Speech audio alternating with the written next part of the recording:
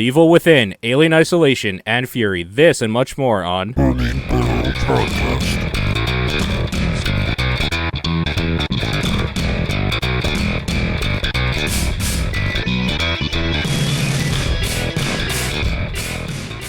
It's great. Ladies and gentlemen, welcome back. It's us. You know us. We don't have to even give you our name, but I will. I'm Paul, and with me is Nathan. Yep.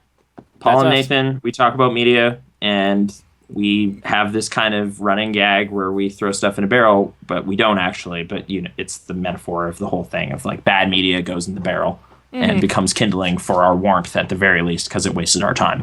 Right. But, and we kind of yeah. need it now. We live in Canada, and we're Yeah. starting to feel, this is Canada weather coming. It's a coming. Yeah, it's Winter getting is brisk in the coming. air. Game You of switch from your Thrones. regular reflective vest to your hoodie reflective vest. That is The the stars season. have nothing on us. Winter is always coming here. There's Yeah. nothing not There's not scary these about it. giant decade plus gaps between them either. It's every year.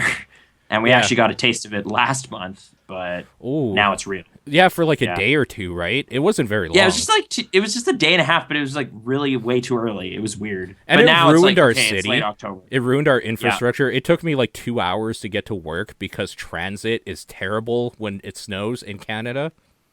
Well, that and like there were fallen trees like everywhere. So it was actually like, oh, this road's like fucked right now. There's city workers there like mulching stuff to try to clear out this road. Like, yeah, it was terrible. But that was like 6 weeks ago or 7 almost. That was a while ago. It was a while ago. It's- Mother Nature it's late wasn't even October now. prepared for that.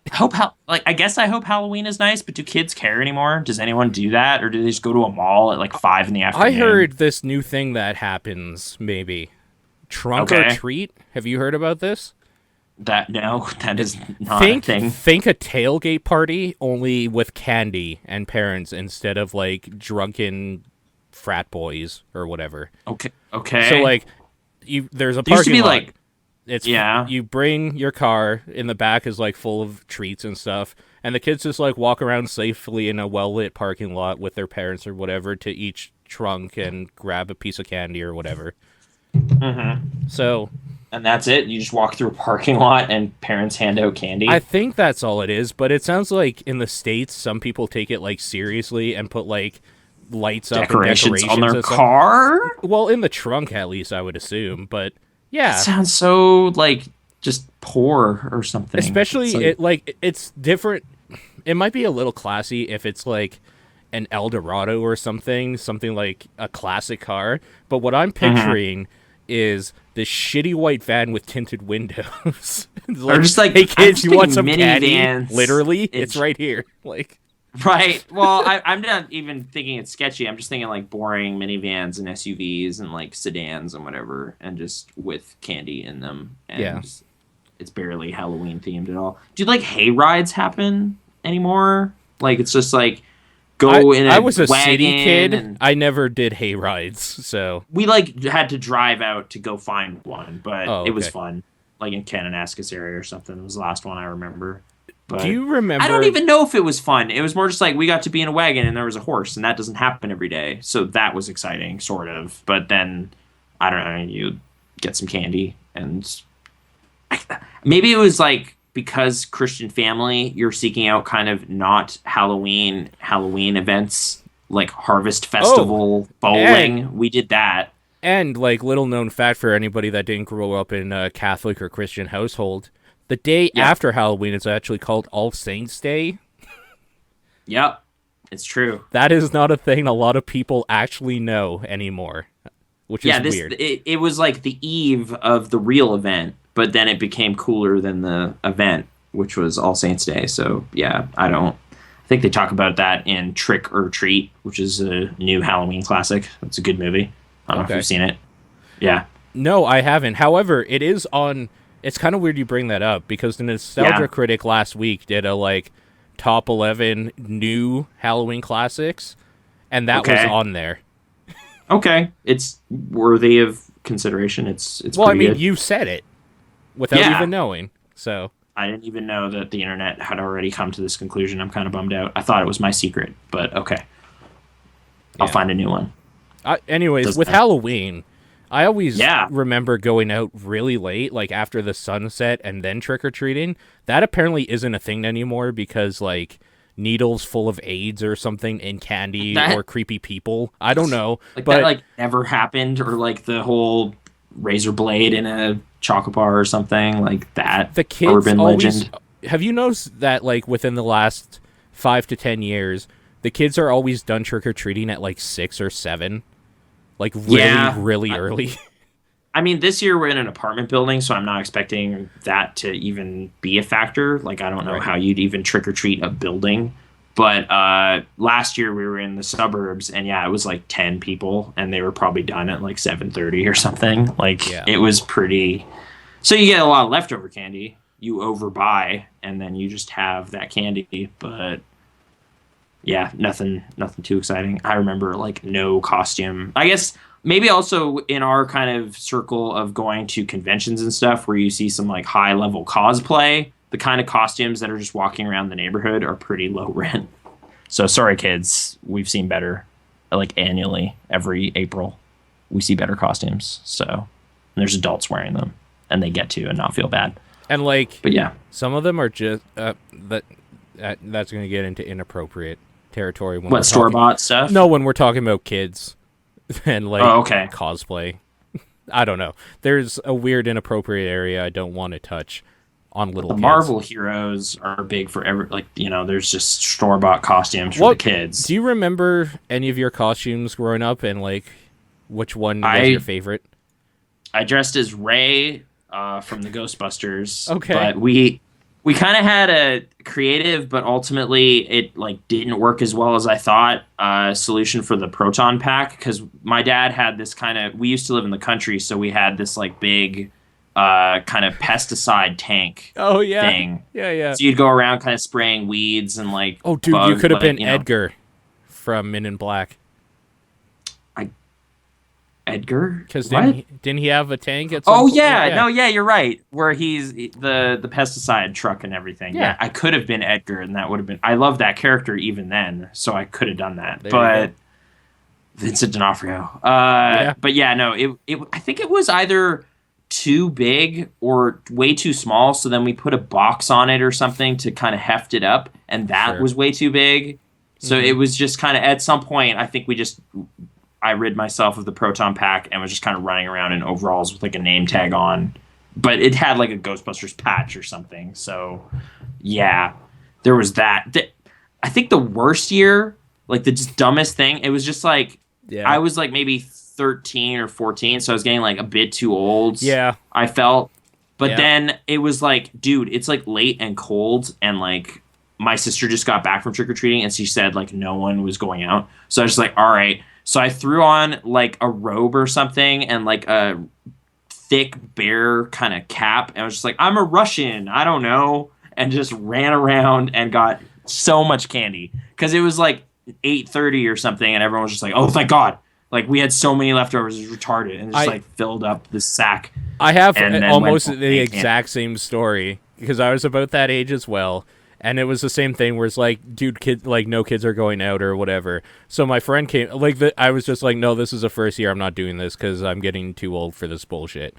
And Yeah. my friend came over, he's like, dude, there's, like, literally no one in the streets. And, like, all the lights are still on. I was just like, fine, fuck it. Threw on, like, my dad's trench coat, grabbed a crutch we had, like, laying around. Yeah. It's like, I'm a cripple detective? I don't know. Let's grab a, like... Who cares? I'm gonna go around Yeah. to people's houses, grab and a say, give me that candy. pillowcase and like fill the shit up, and Yeah. it totally worked. And I always hated these little, I don't know what they are still, but they're these little treats. I think they're like caramel treats or something, and they're wrapped in orange wrapping with like black bats. They're like just generic. Oh, dude, yeah. There's Yeah. like low rent Halloween candy that's just terrible, Like- and just like a bunch of suckers and stuff. Because for, like, for the longest time, that was the thing too. It's like this house has the little bags of Lay's. This house has like the little Doritos or whatever. This house has the Crunch bars. Pop. This house, every now and then you get a full soda, and it was awesome. yeah. And then there's always like 3 or 4 houses that are just like they obviously went to the dollar store and bought Halloween candy. Like that is the name of the brand, is like Halloween candy. and it's like wrapped up. that afternoon because they're just like, oh shit, that's right. Right. It's just like, Like, what do you have left? Garbage. All right, whatever. and the Like, I annoying need thing something. was, it was always the rich houses, like the ones that had money. But that's probably the reason, because they were probably like doctors or lawyers or something, and they just picked something up on the way home from the dollar store or whatever's close by. Yes. Yeah, there was like this huge house on our street that nothing noteworthy ever came from that house. Like, you don't go up to that house and be like, "Oh, sweet, what a score!" It's just like, whatever. Like 2 Kit Kats or something. Like, whatever. Next house. There was this one piece of shit, and he still, like, it's so in my mind. I was a wee lad or whatever. He was one of these asshole parents or like teenagers or whatever. He dressed up like I don't even know what it is, like a scarecrow or something with like a pumpkin head, and just like laid out on the lawn in like a chair so it looked like a decoration. And he would like come up and like grab kids as they're running by to scare them. And he did that to me, and it like ruined my night. I was like so just shooken and upset. I went right home. I was fucking just like gone. So the next year, when I'm done. If that happens ever again, fuck it. Well, the next year when I went out, I was a bit older, and I saw like that thing again. I don't know if he was in it or not. Well, he obviously wasn't, because I went up and I kicked it in the shin, and like nothing happened. So, wow, you could have kicked a guy. You could have just kicked a man. But okay. But I had to test it, right? Like, I don't know. I'm not going up to that. You fooled me that once, and you're like, only once, and then I kick you. It's like, motherfucker, you traumatized me. I did not forget this. You ruined Halloween. I guess I will say also, I probably only did like 3 Halloweens ever, like properly, because for like my first 10 years as a kid, I was out in the country, and there's just nothing. Like, it's like, we'll just go over to like our neighbors or something. It's like, no, there's no point for any of this. Like, or it's like, I guess you could go into Airdrie and go to the mall or something, but I don't remember even doing that. I think I do remember going to like the bowling alley, and there was like a harvest festival bowling or something. Right. And that was fine, but it's not candy centric or whatever. So like starting at age 10 or 11, I started going out trick-or-treating, and then only did until I was like 14 or 15 or probably 14, and then just kind of stopped. So I didn't get too many years there. So crappy Russian costume that I threw together at the last minute. Yeah. Ghostbuster.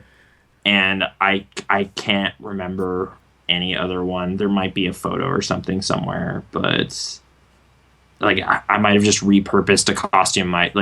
Did your school have like theme days or something? Because we'd always do like 70s day or something. Oh no! So I might have just been like, no. But we did have like the Halloween themed day, like a Halloween party. Oh, okay. I'm a hippie. I don't know. Give me some candy.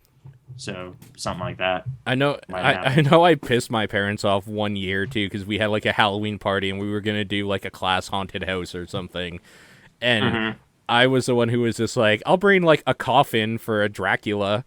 And my parents were just like, oh, fuck, dude, where are we going to get a coffin? Like, how are we going to make this thing? Like, I know they were probably freaking out. So they went out to like a Safeway or like an appliance store or a store in Airdrie at the time, which was basically, if you lived in Airdrie at the time, there was the movie store, the Roxy, the Safeway, and the Co-op.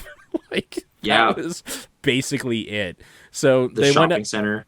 They went out to one of these stores, and the store apparently had a like refrigerator box. So they got that. They got like a bunch of cans of spray paint, and we just like stood there spray painting this fucking thing black all night, and then putting like a cross on it, and then it's like, there, it's a coffin. But like, I was totally that asshole kid that's like, I'll make my parents do something impossible to do overnight. Yeah. So was there a checklist? And it would be like, it'd be really cool to have a coffin. It's like, it would. I volunteer. Right, exactly. With no thing is, I wasn't even like Dracula that year, so some other kid got to pop it. Perfect. I do have a Dracula cape, but I just bought that because I thought it would be cool to have one. So I don't know. I just have like a costume box. Yeah, it's got like a big collar on it and everything. Please put on the cape right now. I don't. It might. I think it's in the basement now. I moved it. I Oh, moved the okay. whole box of Okay. costumes. Yeah, it's not. Or it's like bye, and then just disappear for like 5 minutes. Maybe digging another around. time we will Maybe get another time. we will Yeah, get you in a cape. after Halloween because I'm gonna be gone for Halloween. Yeah, where are you So going? We yeah, should talk about that. Why we're not going to be here next week. yeah. I'm going to California Adventure and also Disneyland, but mostly see because it's the less popular of the two parks. I'm going to Mega 64's Game Days event, which is like a panel featuring those guys, and then it's hang out at Disneyland, and then we're just going to hang out at Disneyland for 2 more days after because we came all the way down there. Sure. And Disneyland can totally support some time spent there. So yeah, Oh, dude, yeah, for sure. yeah. It'll be my third time going ever. First time in 9 years though, and Brittany has never been, so I'm excited to just kind of let her discover stuff, and I'll be there to go on weird rides and things. I think she's a bit more hardy of a ride person than I am though, so I might end up on some roller coasters and things that I would not. I can't do rides, Seek man. out. I fucking hate them so much. Yeah. I mean, I enjoy like kind of lower key, just kind of like I really enjoyed Star Tours because it's just like you're on a kind of visual simulator thing. It's almost like a video game or something. You're not actually being pitched around. No, I mean anything But- visual, like where you're sitting in a movie theater and chairs or something, or even if you're in like a A weird little VR kind of machine. simulator. Yeah. Those Like I it can apparently do. shakes around a decent amount, but I don't get too nauseated by that kind of stuff. But yeah, like spinning teacups or something. It's like Alice in Wonderland Tea Party. You're just like, that's the worst ride in the whole park. I'm not going on that. I'm not going to go on that. I felt bad because I was part of the Boys and Girls Club like a long time ago in Airdrie, and Yeah. there was like a field trip day or something we did one time, and I brought my little brother, and he was Yeah. like the kid that like puked as the fucking thing was going down. It was just like spraying backwards. Yeah. I felt Was this so at Callaway bad. or was this? It was at like, Callaway Park, yeah. And then Yeah. a funny side note to that adventure, he actually got lost in the park when we were ready to go. And like everybody was just like, "Oh fuck!" Like we lost this kid that isn't even like part. Like he's like the +1. He wasn't even on the list, sort of thing. Yeah. So apparently, one of the like counselors or whatever had to drive back in their car and look for him. Like just look for sad wandering kid. Well, Like, I that went- would be so scary. Like I went on the bus alone. Yeah. Like Oh, back- you're just like, coming I home. hope they're okay. I'm gonna go. Yeah. Weird. It turns out he felt sick and was in the bathroom when we were leaving, and like Oh, nobody knew. Okay. Apparently, because So- he's not on a checklist. right. Like, Exactly. Wow. Insurance. The Yeah. swirling So we're going. teacups are the worst. I threw up. Whoever invented those should be shot. Well, they're terrible because like they're only like they're as nauseating as the person you're with is wanting Yes. to make them. Yes. And if they're being dicks about it, it's the worst thing ever. And it's just like I don't want to risk that. Like I don't know who's going to be on our cup. And like they a could side just be note a to that jerk. too, every time you're with kids, they are a dick, and that thing will go the fastest it And- has ever gone. Thing is, like I don't know what the solution is either. I think it's just don't ride it because I closed my eyes and it made it so much more disorienting and horrible because like it would just be like this weird swaying motion and then you open your eyes at the end of it and just feel like you're so dizzy and it was just like this. I don't know what I did. I screwed up. Like there was trips like to Callaway, I guess, that were ruined by rides like that. Once I got to Disneyland, I just avoided anything similar. I was not going to risk it. Small we World's don't have actually tea- not terrible. We don't have teacups though at Callaway. We There's have strawberries, right? There's strawberries. So Yeah, dumb. but they still spin, so it was bad. Yeah, they do. I'm wondering if Heritage Park has something sort of similar to, like just sit I in don't a little think thing. Heritage Park is very much about this is like a train a ride. historical village. This is yeah, a horse, and this is a haunted house. Yeah, no, I don't even know if they do, but maybe during Halloween time. No, But, they totally have the house that like newspapers Oh, okay. reported on, and there's a Oh. ghost sighting in it. Sure. Okay, so like an old, real haunted house, but if it's just like it's an old house, I don't know. Like it's Oh. not like there's fake ghosts in it or like. No, it's not goblins like or the anything. Callaway Park haunted house where Yeah, it's, yeah. this which- is Halloween. This is playing It just- over and over while you're like looking through It's almost like a zoo exhibit because there's nothing that pops out at you. There's just kind of like enclosures. Look through this window and there's like a weird morbid thing happening. Because they don't want kids getting their grubby little stupid mongoloid hands on everything. Yeah. They'd ruin everything. They do ruin everything. Yeah. You're totally right. Kids. So yeah, going to Disneyland and California, I guess, in general, but mostly Disneyland. But hey, speaking of Halloween stuff coming up. Yeah. Nothing says Halloween like Robert Kirkman's The Walking Dead franchise. I don't know where you're going with this. Okay. I played the 3rd episode of season 2 of Telltale's award-winning adventure game franchise, The Walking Dead, featuring Clementine. I haven't played any of it at all. Okay. There was a kind of a Twitter back and forth between I Am 3D Homer and Foxy the Kid, where Foxy's like, Clementine is hands down like the best character in a video game, and I Am 3D Homer's like, no, she's not. Like, it was actually a really good conversation. Basically, his point was she, like, all of her development is based in a world of necessity where she had to grow up and stuff like that, and everything is directed for her. She doesn't kind of, like, grow up on her own and do all this other blah blah blah or whatever, because Foxy the Kid's thing is she like becomes independent and strong person and like has character, and he's just like, well, yeah, because she's the avatar for the player in the second game, like she has to be, essentially. Yeah, it's kind of weird because in the 3rd episode they almost start to kind of acknowledge that you are like the decision maker. You seem to be the one that's always bending the rules and breaking, like, you know, there's this kind of maniacal, like, overlord guy who's running this commune, really, like, kind of, like, what's that character from the show? It's basically, like, their bootleg version of that. Andrea? No, the season 3 kind of antagonist guy. I haven't seen season 3, I don't think. Like, what, the general, the corporal? Oh, yeah, the governor. The governor.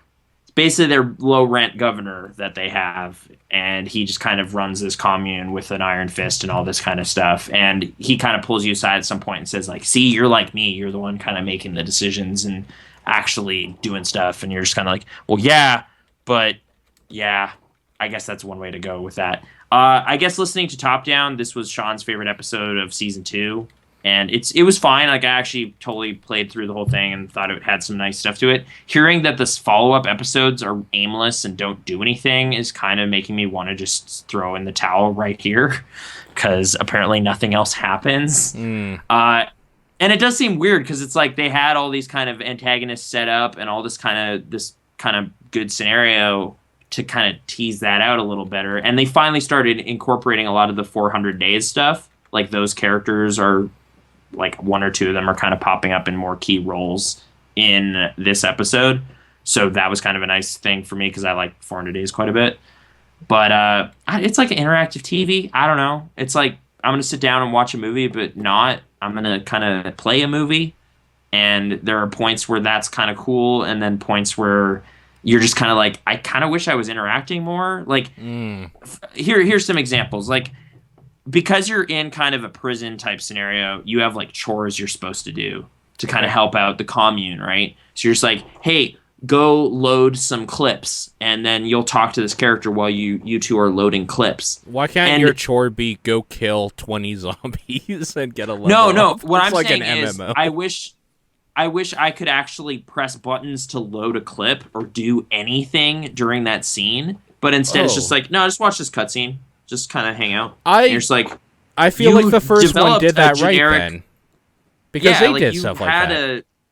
You had a kind of basic activity I could have done, but you just kind of opted not to let me do it, which seems super weird because there's like animations for Clementine putting bullets in the clip. Why can't I go over to like bucket of bullets, press A, go over to the clip, press A, then the next sentence happens or something? Do it again or something. Like, involve me a little more. Or like a maybe quick they felt it time was or tedious something. or something. Sure, like if you miss it, she like fumbles and drops a bullet or something. And then like the person you're with gets kind of annoyed or something. Like, dude, you're gonna get me in trouble. We gotta do this. But stuff then or it something. wouldn't be as much of a money grab if they had to put any effort into it. I don't know. Like, I kind of hate that these are always on such a short time limit for them to make it, because then it results in kind of rough edges everywhere, and you're just Yeah. like, dudes, just maybe just make a full game and then release like a full polished up game. Like, people get mad at Quantic Dream for being like kind of bad storytellers or whatever, but when they put something out, it's like finished, like it's like polished up, it's all there. If you get in a zone, you can just keep going until the story's over. Like, I played all of that Beyond Two Souls. It's kind of dumb, but it kind of keeps it going and keeps giving you stuff to do. And I mean, this kinda, whatever. Even like Heavy Rain, it was a full product for $60, and then on top of that, if you wanted the DLC, it was probably like about $10 to $15 worth of a little half an hour like story montage thing that they did. It was they do put out for what they charge, I feel. Whether or not you agree with the storytelling, or whether or not you believe that David Cage should probably be locked up in a cage and then just fed when he does good things. Well, like, they're like, that'll be the incentive. Is just like, no, okay, come up with better ideas. No, that ending sucks. Yeah. Why would you jumble the timeline? Like, just get no. You don't get steak today, David Cage. Stay in there and figure out how to improve this. Yeah. And then come back the next day. Like, okay, David Cage, explain to me why he is the killer and how anything else in this game might allow you to know that without the use of red herrings. Yeah, that's what I thought. You're not getting steak tonight. Yeah. Have a broccoli. Just like, have it there. It's just like, I'm going to eat this in front of you. It's really good, actually. I nailed it tonight. Rare.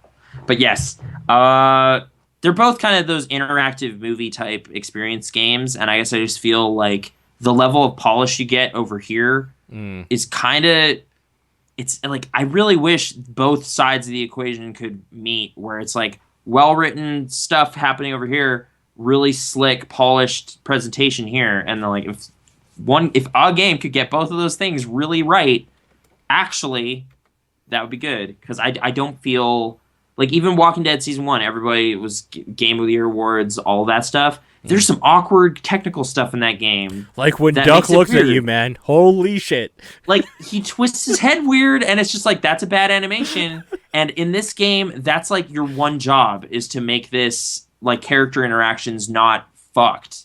And you kind of screwed it up. And that's really important. Or like, for me, the big one, which it's been so long since the first episode, if you have one arm and you're trying to load a ladder and do stuff, oh, dude, and you have like 5 people with you, yeah, it's so nonsense that there aren't animations for them to help you out and like do stuff. Yeah, because they only animated for the possible scenario where you're alone, which could happen.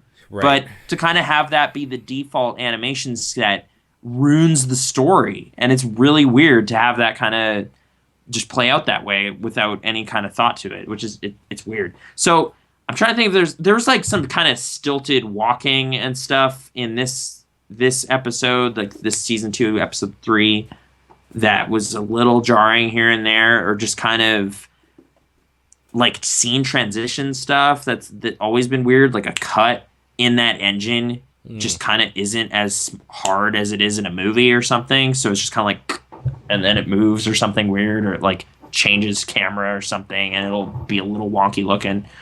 But I guess overall it keeps it moving and whatever. But I'm gonna say that's not necessarily an asset. That's just the type of game it is. At the time, I was just like, I just want a game that will guaranteed move forward and just be over in like an hour or two, because I don't have much time. So it was kind of perfect for that, of just like, you know, if I want to play more Alien Isolation, I have to like be good. Like, I have to do stuff. Yeah, we'll talk about that in a second, but yeah, I know. And it's like, I want to play more of it, but it's like, I'm getting killed over and over.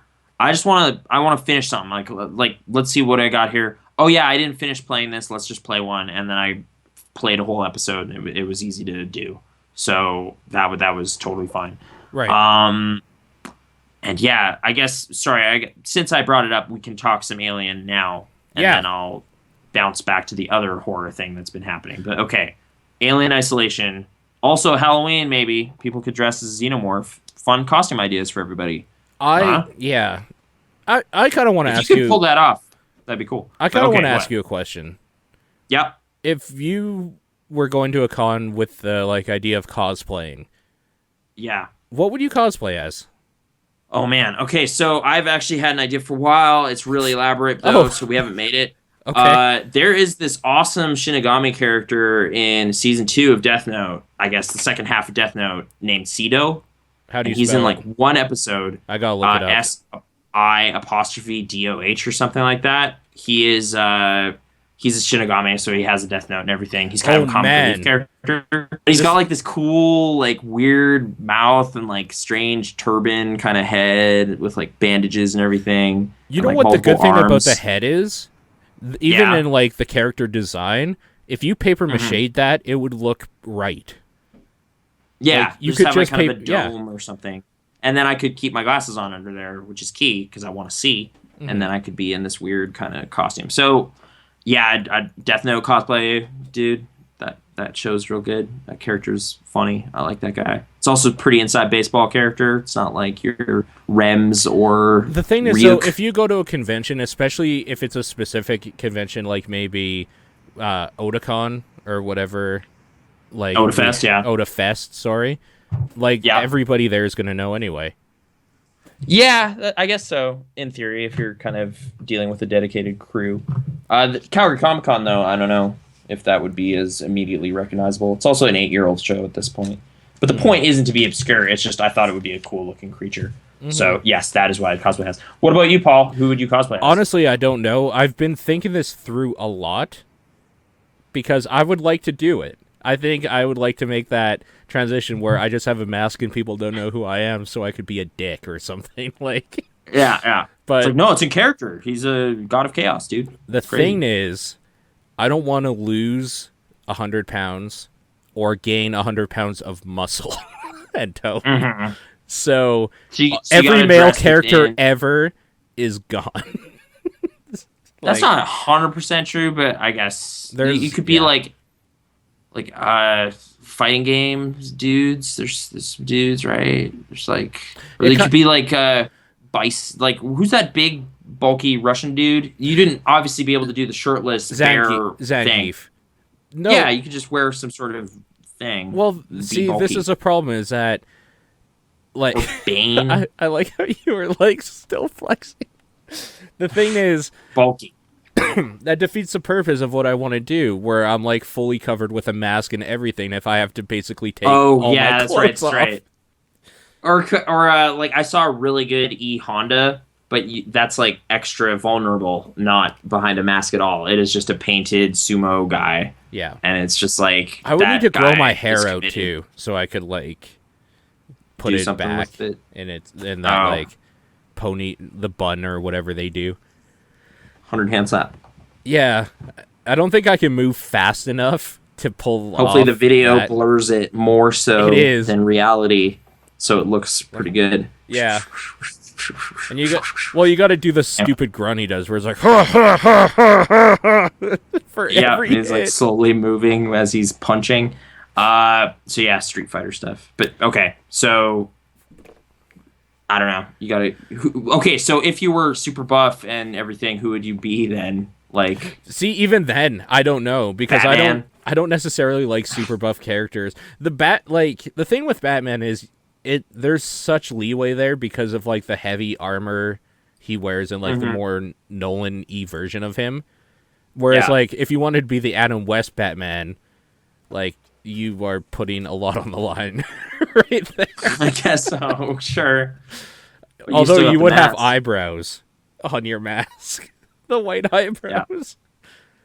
Like, What I a don't. stupid show. Yeah. If, like, I would like to do, like, if I could pull it off, like, a snake or something. Like a big boss. Maybe in a trench coat. That would hide it a little bit. Could be doable. Get an eye patch. Like, That like raincoat from the second one at the beginning. yeah. So walking on the bridge, just cigarette sticking out, Yeah. walking around, stealth cloak. But yeah, okay. So Metal Gear. Yeah. Well, what they're saying, there you go. Cosplay. if you went with, like, a crew, you could pull off the Payday crew pretty easily because you would just need a suit and, like, Suits and a mask. and the sterile like surgeon gloves, the blue ones. That's all you need, and a fake gun. So That, And you know what? like most of those things are pretty easy. That is the most conceivable thing in the near future. That would be fine. Just get people with suits, fake guns, and masks, and hopefully that will be fine with the con. Like they won't be like, dude, that's too jarring. You can't be that. That's too intense. Yeah. Like you need orange weapons or something. I don't know. Yeah. But okay. Speaking of our cool xenomorph costume, though. Yes. Alien Isolation. So brought to you by the guys who made Total Warrior, the Total War games and stuff. Yeah. Creative Assembly. Right. Yeah. I know it's weird, but Yeah. okay. How are you feeling about the Alien? Okay, so I'll let you know. Like I mean, I know this is a podcast, but this is ostensibly you and I just talking to each other. I'm at the part where you're in the med bay going for like the key card or whatever, that one doctor's key card. Right after the part with the synthetics. Like you go into the med bay. Okay. The med sci bay. Yeah, oh yeah, you're trying to find that doctor, the dead doctor with the key card or whatever. Yeah. Right, and there's the dude in kind of the office saying like, "Hey, you got to go get this." Yeah. Yeah, that is just before the place where I am at. Essentially. Yeah, okay. I'm one objective after that. Yeah, okay. So yeah, how are you feeling about this? That? This is where I'm feeling the game is a little broken for the way I played, and I'll tell you why. It's because I played through the same part 2 or 3 times. And, like, I even did it on stream so people can attest to this. I was slow, meticulous. I was using items I was creating, like the aliens coming around the corner. Oh, shit. Like, grab the noise machine, fucking throw it down the hall. He goes over there. All right, cool. Like, sneak behind him and stuff. There were 2 or 3 separate instances where the alien went into, like, a doorway because he was going on a path. And then I think, like, it's kind of like a rubber banding mechanic or something. I started walking across the hall, and he just darted out and killed me, like, instantly. It's like, what are you talking about? There wasn't even window there. There's no reason why he knew I was there. It's because and this is what I figured. The video game wants me to get that jump scare and to do the flight mode, where it's just like, oh, shit, I'm going to run and hide in a thing.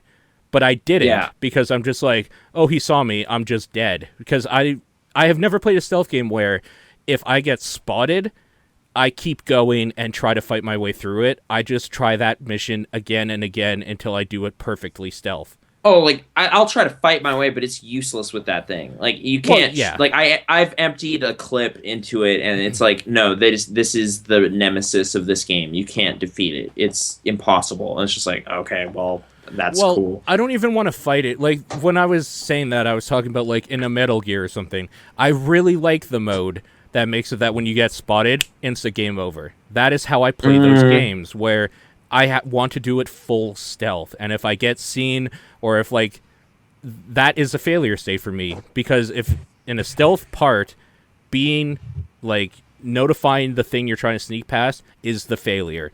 I don't want to have to run from the alien, arbitrarily try to find a locker or anything. I just want to do this right, and the game has fought me on that because I think it wants me to get that scare and to run away from it and then try again, which I will not do. I will just play that part over and over until, like, I use up all my items, I guess. That's probably the next step for me, to literally use every item. I guess I find if you've been spotted by the alien, you're dead anyway. Like, I've never had a successful... The alien saw me, and then I ran and hid in a locker, and then I was fine. Like, I've had it where I'm in a locker, and then the alien rips it open and kills me. And it's just like, oh, well, okay, that's cool. I guess, like, I'll just try that again. Yeah. So, yeah, it's got a lot of that kind of trial and error of kind of stealth mechanics that happen, which is fine. But it's just that when I got to that part and was doing did that twice, I was just like, okay, I'm putting this down for now because I just don't want to play it right now anymore. I maybe find how they point you towards your objectives with the motion detector kind of ineffectual or kind of annoying. I don't use because it. I use the map every time. Well, it seems like very strictly you need to hit all these triggers for this objective to be completed. Like, you need to... it's like, oh, well, I've already played this. I'll just go open this locker. It's like, no, you can't even touch that keypad because you need to read this computer first. That's exactly what is happening here, too, where I I have to go into one area specifically, open a door, read the computer so the alien event can trigger, then Yeah. leave, and then I can keep Yeah. going. Oh, dude, I know the exact part you're at. Yeah. Because it's like there's also a keypad where you can kind of change the power to some areas and whatever. But that Yeah. like, I don't find that ever really totally changes the game for Dude, me. the Of just last like, time I played that part, I tried that. I turned the power off so I could sneak by that hallway better. And that alien still, like, he walked through that door, his tail was gone, the door closed. As soon as I started going, rah! It's like, yeah. okay, thanks, Five Nights at Freddy's. Fuck. Well, I don't know. I think because it's the alien, I'm so much more cool with getting killed. Like, it's not like some stupid thing. It's like, this is like the iconic movie villain that is supposed to be incredibly dangerous and kill you. So I kind of still get a tickle out of just getting a second mouth pop out at me, or like its hand comes down and rips you or whatever. Like, it's that monster that I have affinity for. So I'm okay with it. I think it might I have just... a higher patience quotient for it killing me than a teddy bear. I think it might just be the fact that I grew up playing video games, and playing stealth games, I've gotten decent at reading a situation, like remembering patrol routes or whatever, and just kind of knowing how to game it so I stealth it.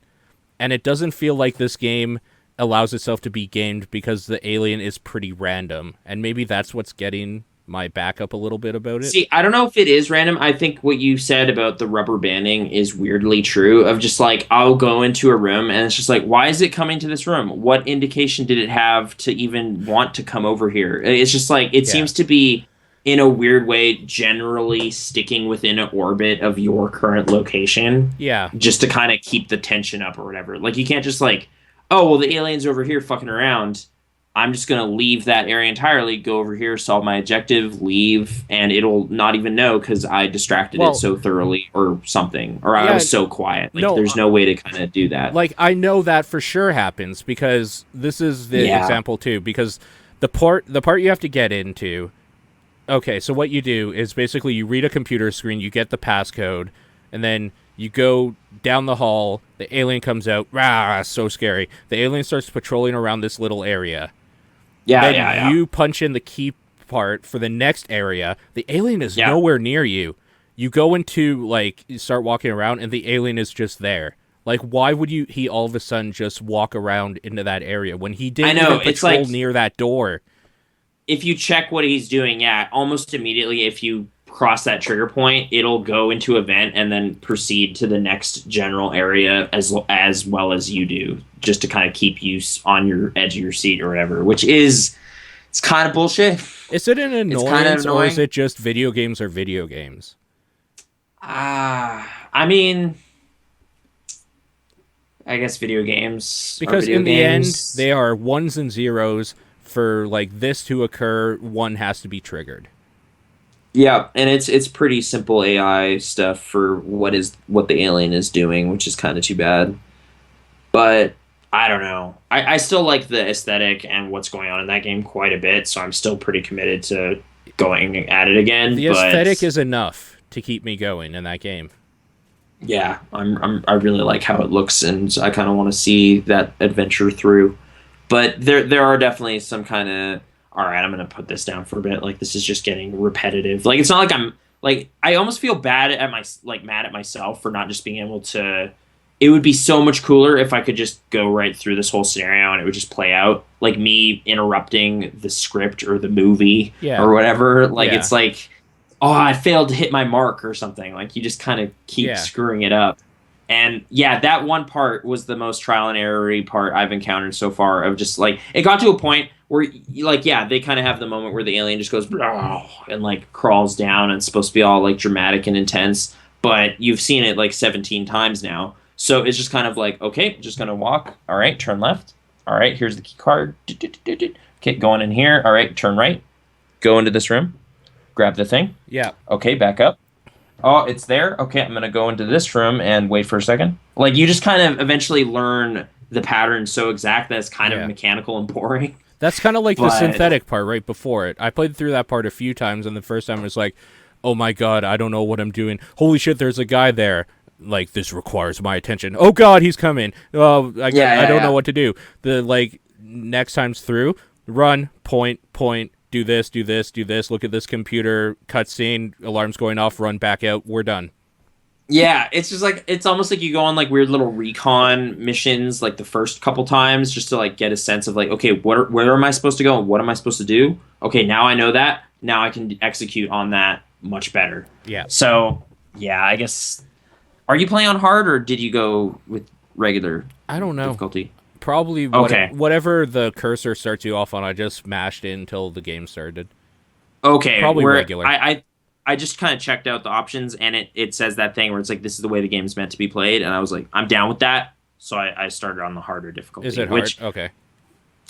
Well, I mean, like we said, where it's like, if an alien spots you, you're done anyway. Like, if a synthetic starts beating you up, you're kind of done anyway. Like, if that game enters a certain state of, like, awareness of you, and you still have too much stuff to do, you're done anyway, so I'm fine with just game over. Okay. But if you're in kind of like a weird, there's some situations where you might get hurt a little bit, like you kind of stumble on some panicked humans who have some guns or something, and the alien is there too, and you're trying to kind of rope it around to kill them or something. Like, there's a couple little skirmishes where I've gotten shot but not dead, and that might be impacted by the difficulty more. So I don't know, okay, you because lost way more health. Anytime the first time you meet humans with guns, like when you're alone after that dude gets gobbled up by the alien, after the tutorial section, I would die in one shot on normal difficulty as well. I did die. Like, that's the thing where I was like, I've gotten kind of winged while running, but if you just get like, oh, I found you, blap, you just die outright. Like, it's just, they shot you in the head with a pistol, you're dead. And it's kind of, I kind of don't mind the realism or whatever. I kind of dug that part too.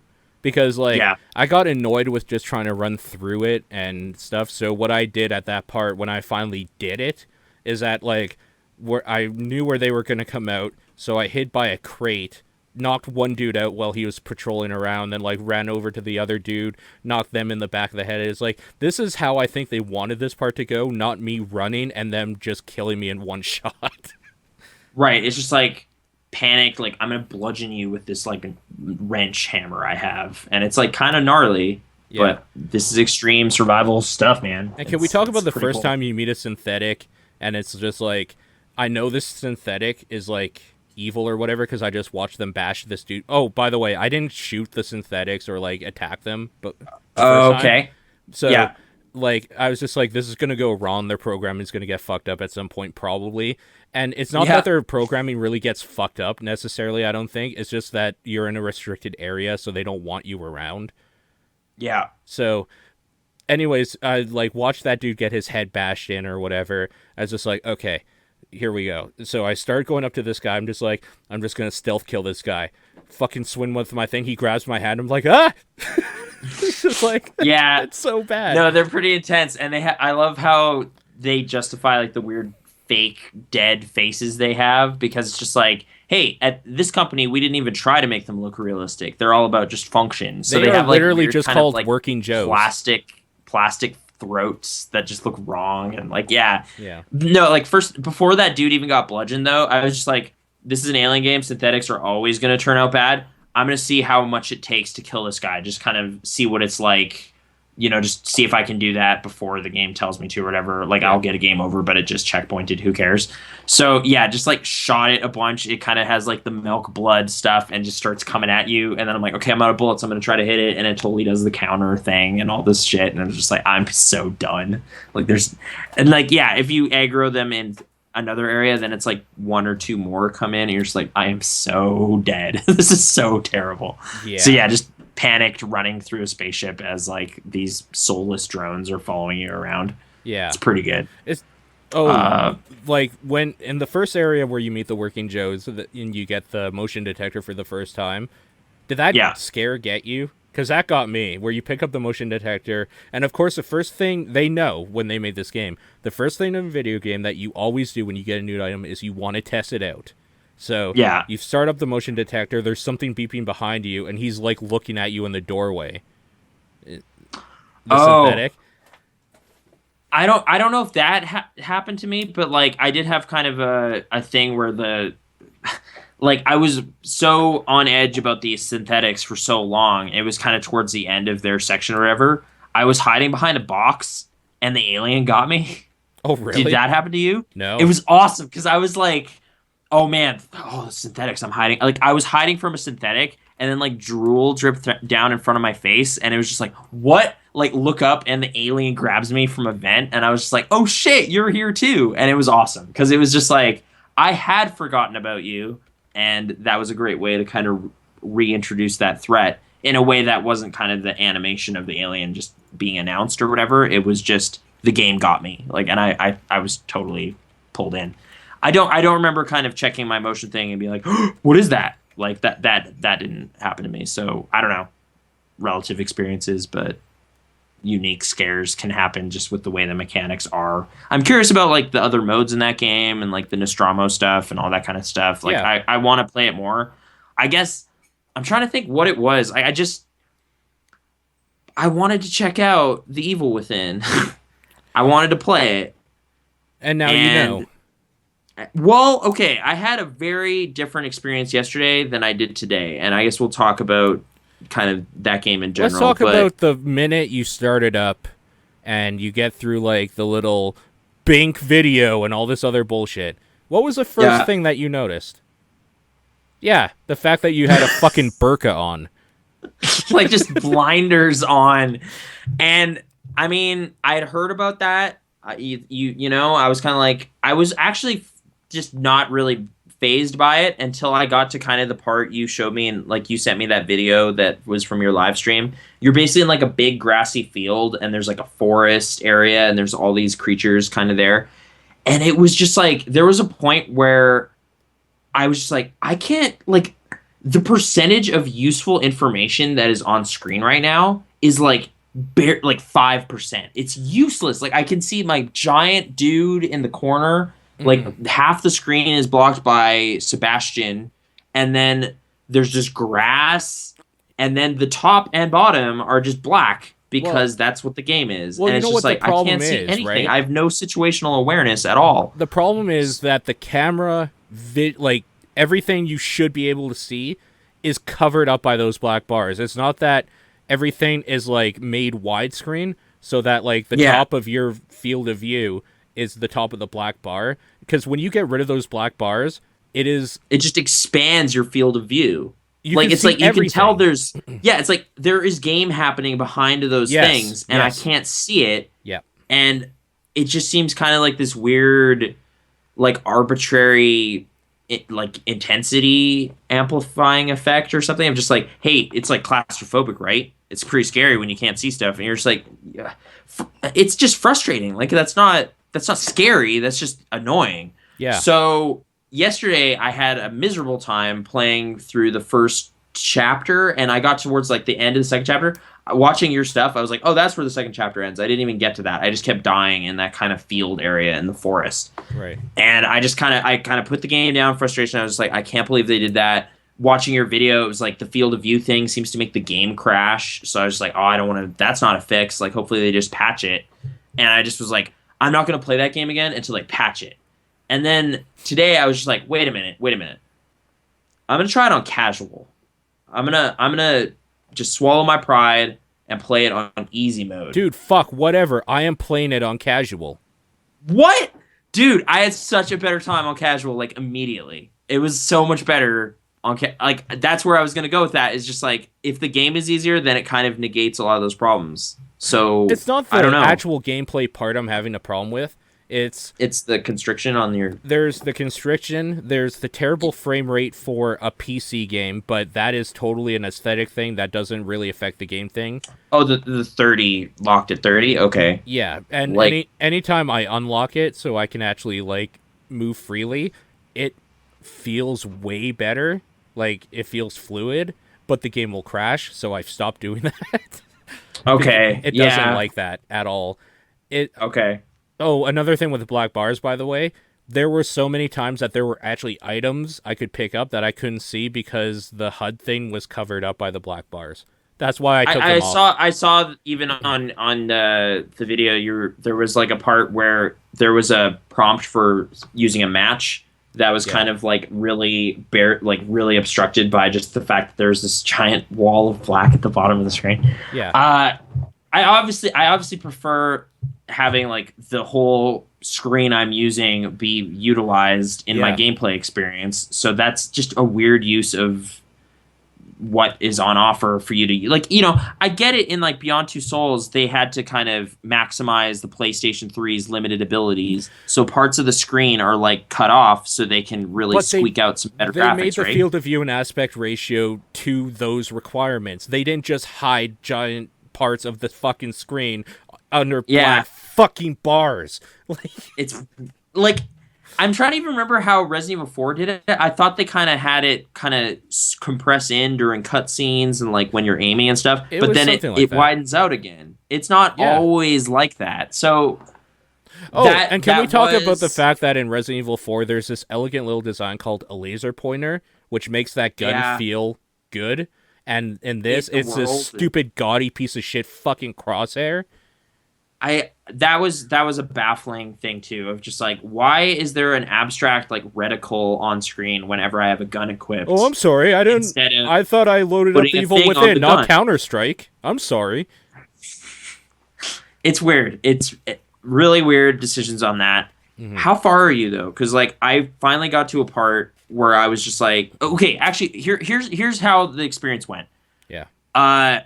There's like a 5 minutes, like not even, there's like a 2-minute bit really early in the game that I was like, oh my God, this is awesome. So good. Which one? You are running down like that blade hallway, and then you crawl into this blood sluice, and you're like sliding down this like sluice full of blood, and then you fall into this big cauldron. That's the trailer. That was the trailer part. It's like early, it's like the first encounter with an enemy, basically. You get nicked in the ankle by the thing. It's chapter 1. It's like pre-credits and everything. But like, so there's like that 40-second little bit where I was like, man, that blade hallway looks rad. That blood sluice stuff, that was kind of fun. And like that, now you're kind of hobbling around, and then there's this bad stealth section that I really didn't like, where you're kind of hiding from the blind or the weird kind of chainsaw guy. And they didn't even give you a bottle to throw or something to like distract. No, there's no distracting. It's just kind of like, and playing it again though, like I started this game twice in the last 2 days, right? Yeah. Second time through, I didn't really pay attention to that eye indicator. Oh, that's really important. It's so important. Yeah. So important. So like before I was just like, oh shit, it saw me, and I wasn't really like, man, it would be really cool if the game communicated to me in some way, whether or not I was hiding. And it's just like, yeah, there's a mechanic for that. And it's just like, oh, I guess I'm just so used to like the Batman vision or like Assassin's Creed vision or any of those kind of modes where you just kind of press LB or something, and then it's like ghost and you can see where the guy is. Like that's like the new stealth way of doing shit. I'm glad they didn't do that. Like, don't get me wrong. I'm glad they didn't make it kiddie version, but like even an audio cue of like, I see you or something would be nice too, maybe. I don't know. Sure, instead of just like, it's always kind of roaring and yelling at shit. So I don't know if it's mad at me or not. But then when I actually got through that scene, I realized part of my mistake was my mistake of just like playing this game like, oh, I got detected, I guess I'm done. It's like, no, you got detected, run. And that's totally viable. Like, you could just run to the door, and then it's like, yeah, that's what you're supposed to do. You were going to get spotted. Do you want to know a secret? What's that? You don't even Dude sucks at running? You don't even need to do the whole, like, oh, I got spotted run. You can just run right through that part and keep going. Kind of, yeah. Like, on casual, I was more emboldened just to kind of live a little more recklessly, maybe. Maybe that's all it was. Is like, on normal difficulty, I was kind of like being more apprehensive, and it was getting me in trouble. Like, I was kind of just like, oh shit, I'm done. And on casual, I'm just like, yeah, like I know the game's going to give me more bullets. I'm going to use more guns. I don't care. Yeah. And like, I find the game is kind of always leaving me right now where I'm at, like right on the edge of having no ammo, but it'll give you ammo. Like, it doesn't want you to be totally boned. So like, there was a part where I was like, fighting a chainsaw guy, and I'd emptied every single one of my guns, and I was like, oh shit. And then I found a hatchet, and I was like, did the game just put this here? Like, is this helping me? So I grabbed that, and it was exactly the last hit I needed to kill that guy. And I was like, oh, thank God. And Okay. like, there's just kind of scraping through areas. Whoa.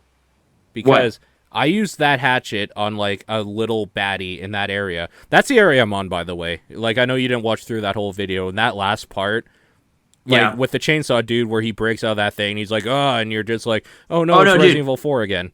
But anyways. I'm like several chapters past that, but okay. No, but, like, there's a hatchet in the wall that you can pick up in that area. Yeah. So I use that on a little dude. That is an insta-kill for, like, the little dudes. Maybe it's just an insta-kill for that guy? Oh, I don't know. I don't think so, because I'd already used so many shots on this other guy. No, this is what I'm getting That was at. not that guy, though. That was not that guy. Okay. For that guy, I threw 2 grenades. I used my bow. I did all sorts of dumb shit. Bow?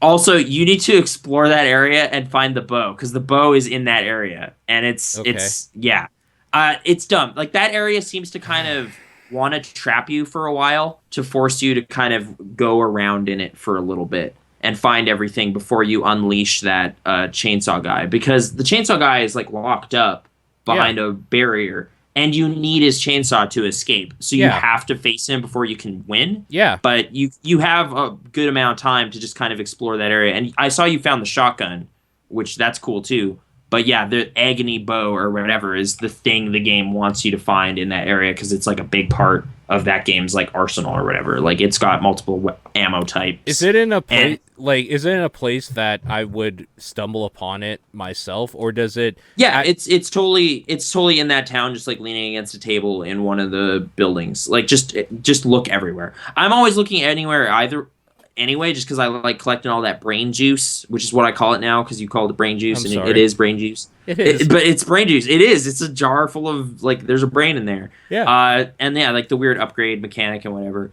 Like, I don't know. It's like really past that point.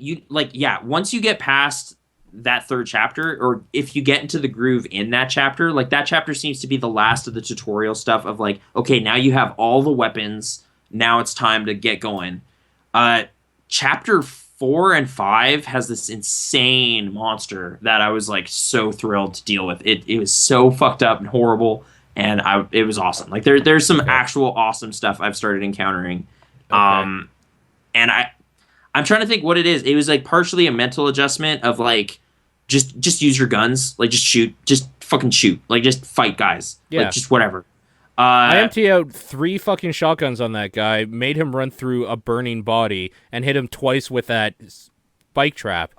Nothing happened. I fought him in the barn. I didn't even try that spike trap thing, because that looked frustrating. Like, just running up the stairs, going back down, and like trying to gate him through that area. Like, some of the boss encounter stuff in that game does seem to be kind of, you need to hit it a set number of times with special things to make it happen. But in that one, I just kind of brute forced it with just like that crossbow turned the tide. I emptied my shotgun too, but then I hit it with some explosive bolts from the crossbow, and it finished it off. So yeah, see, the fact that you even just said explosive bolts and crossbow is just like, it helps a lot. Great. Yeah. All right. I mean, that game does definitely like limit your arsenal a lot in terms of like, oh, you can only hold 2 bolts or 2 syringes or 4 bullets or something. You can upgrade that though, which is I know. But that's what I'm saying. That's what I'm spending my brain juice on, is just basic stuff like that. Do you not have a problem with stamina? Because that motherfucker cannot run. Oh my god, that guy sucks. I just got level 3 stamina, and he still is terrible. Like, it's like halfway like down a hallway, like 20 meters max or something, and that guy's just like, oh my god, I gotta take a breather. This is so intense. And you're just like, dude, there's like a giant horrifying demon behind you. Go. But maybe that's what it's trying to do, right? Is get your blood up. There's totally like horror movie stuff where I'm just like nightmare, crawling down a hallway, panic, like just like, oh. But I don't know. It's occasionally really cool. I don't mind also like the weird barbed wire aesthetic with all their villains. Like, all the monsters just are like barbed wire strapped. Their aesthetic is fine. Monsters. The fact that when you shoot them in the head, their head just splits open, they keep coming at. Like, the monster design's fine. The problem I have with this game, like mechanically, is that I was talking to I'm 3D Homer about this last night. Actually, is that it seems like Shinji Mikami is just like, okay, what did people like about the Resident Evil horror stuff before? Okay, the lack of like really good controls, like the tank controls and stuff, made it harder to just like do what you wanted. So there's a little bit of tension there. Fixed camera angles. We're taking away control from the player, like quite literally in a lot of ways, and that made it scary. And then it's just like, Yeah. that is not at all true. That makes those games dated. You did the same thing with this, because when the next stuff comes out and you realize how to design a game, you'll realize that obstructing the player's vision does not make it scary, whether that's by black bars, whether that's by like a weird resolution you're doing, or by just really, really dark areas. It does not make it scary to just make it hard to like control stuff. Like, in the fact that when you run, you stop arbitrarily. That doesn't make any of this scary at all. You fucked up on making this game playable. Here's where like a lot of what you're saying does kind of like I agree, is by limiting the player's ability to kind of just interact with stuff and see stuff, it just makes this weird disconnection between the character you're playing and you on the couch, because you're like, why is Sebastian so incompetent? Why can't he just shoot that or punch that or like move that way? And it's because you're not Sebastian. You are this weird, you are you 4 feet behind Sebastian trying to see over his shoulder and trying to like get a sense of what's going on. Like, so it's like my situational awareness is different than his situational awareness. Like, it's like, Sebastian, you should be able to see that because you have eyes and you are there, but I am floating behind you and I can't. So dumb shit happens like all the time where it's just like, or you'll like do your weird overhand punch and like flail around weird or like miss a guy or flop off a thing or whatever. Like, just dumb shit happens because of that decision to make the controls an impediment, I guess, which is unfortunate. I like some of the surrealistic stuff they're doing though with like the levels, like just kind of like entering through a door and then the door disappears because it's all in your head or something. Like, there's things happening. See, this is the mirror kind of worlds. Even with like the cinematic aesthetic they're trying to go for by kind of making things shitty to play, this makes me just want to watch somebody really good at it play it, so it's like I'm watching a movie. It doesn't make me want to play it myself. All. There was a couple instances though where I was so glad it was me playing, and I haven't reached those points yet though. That's my problem. I don't know if I even want to spoil what it is, but there's honestly, a creature. Please don't. Like, okay, I'll try to get there. Yeah. There is a great combination of a creature and an environment they put it in that is just like, oh man, this is like really deviously clever as to like, there are some things to be seen in subsequent chapters. I would say like, that village area is where I kind of figured it out, and then the following 2 chapters or something were pretty decent, just like roller coaster kind of. Can I ask you a question? Adventure, grisly, slimy stuff. Yeah. Is there much more like stealthy parts? I'm just sick of crawling. I kind of just want to. I want to do the Resident Evil thing where I can walk, like Resident Evil 4 thing, where I can like walk into a room and then people are like, "You're a Stado," or whatever, and point at me, and then people come at me, and then it's just on. Yeah.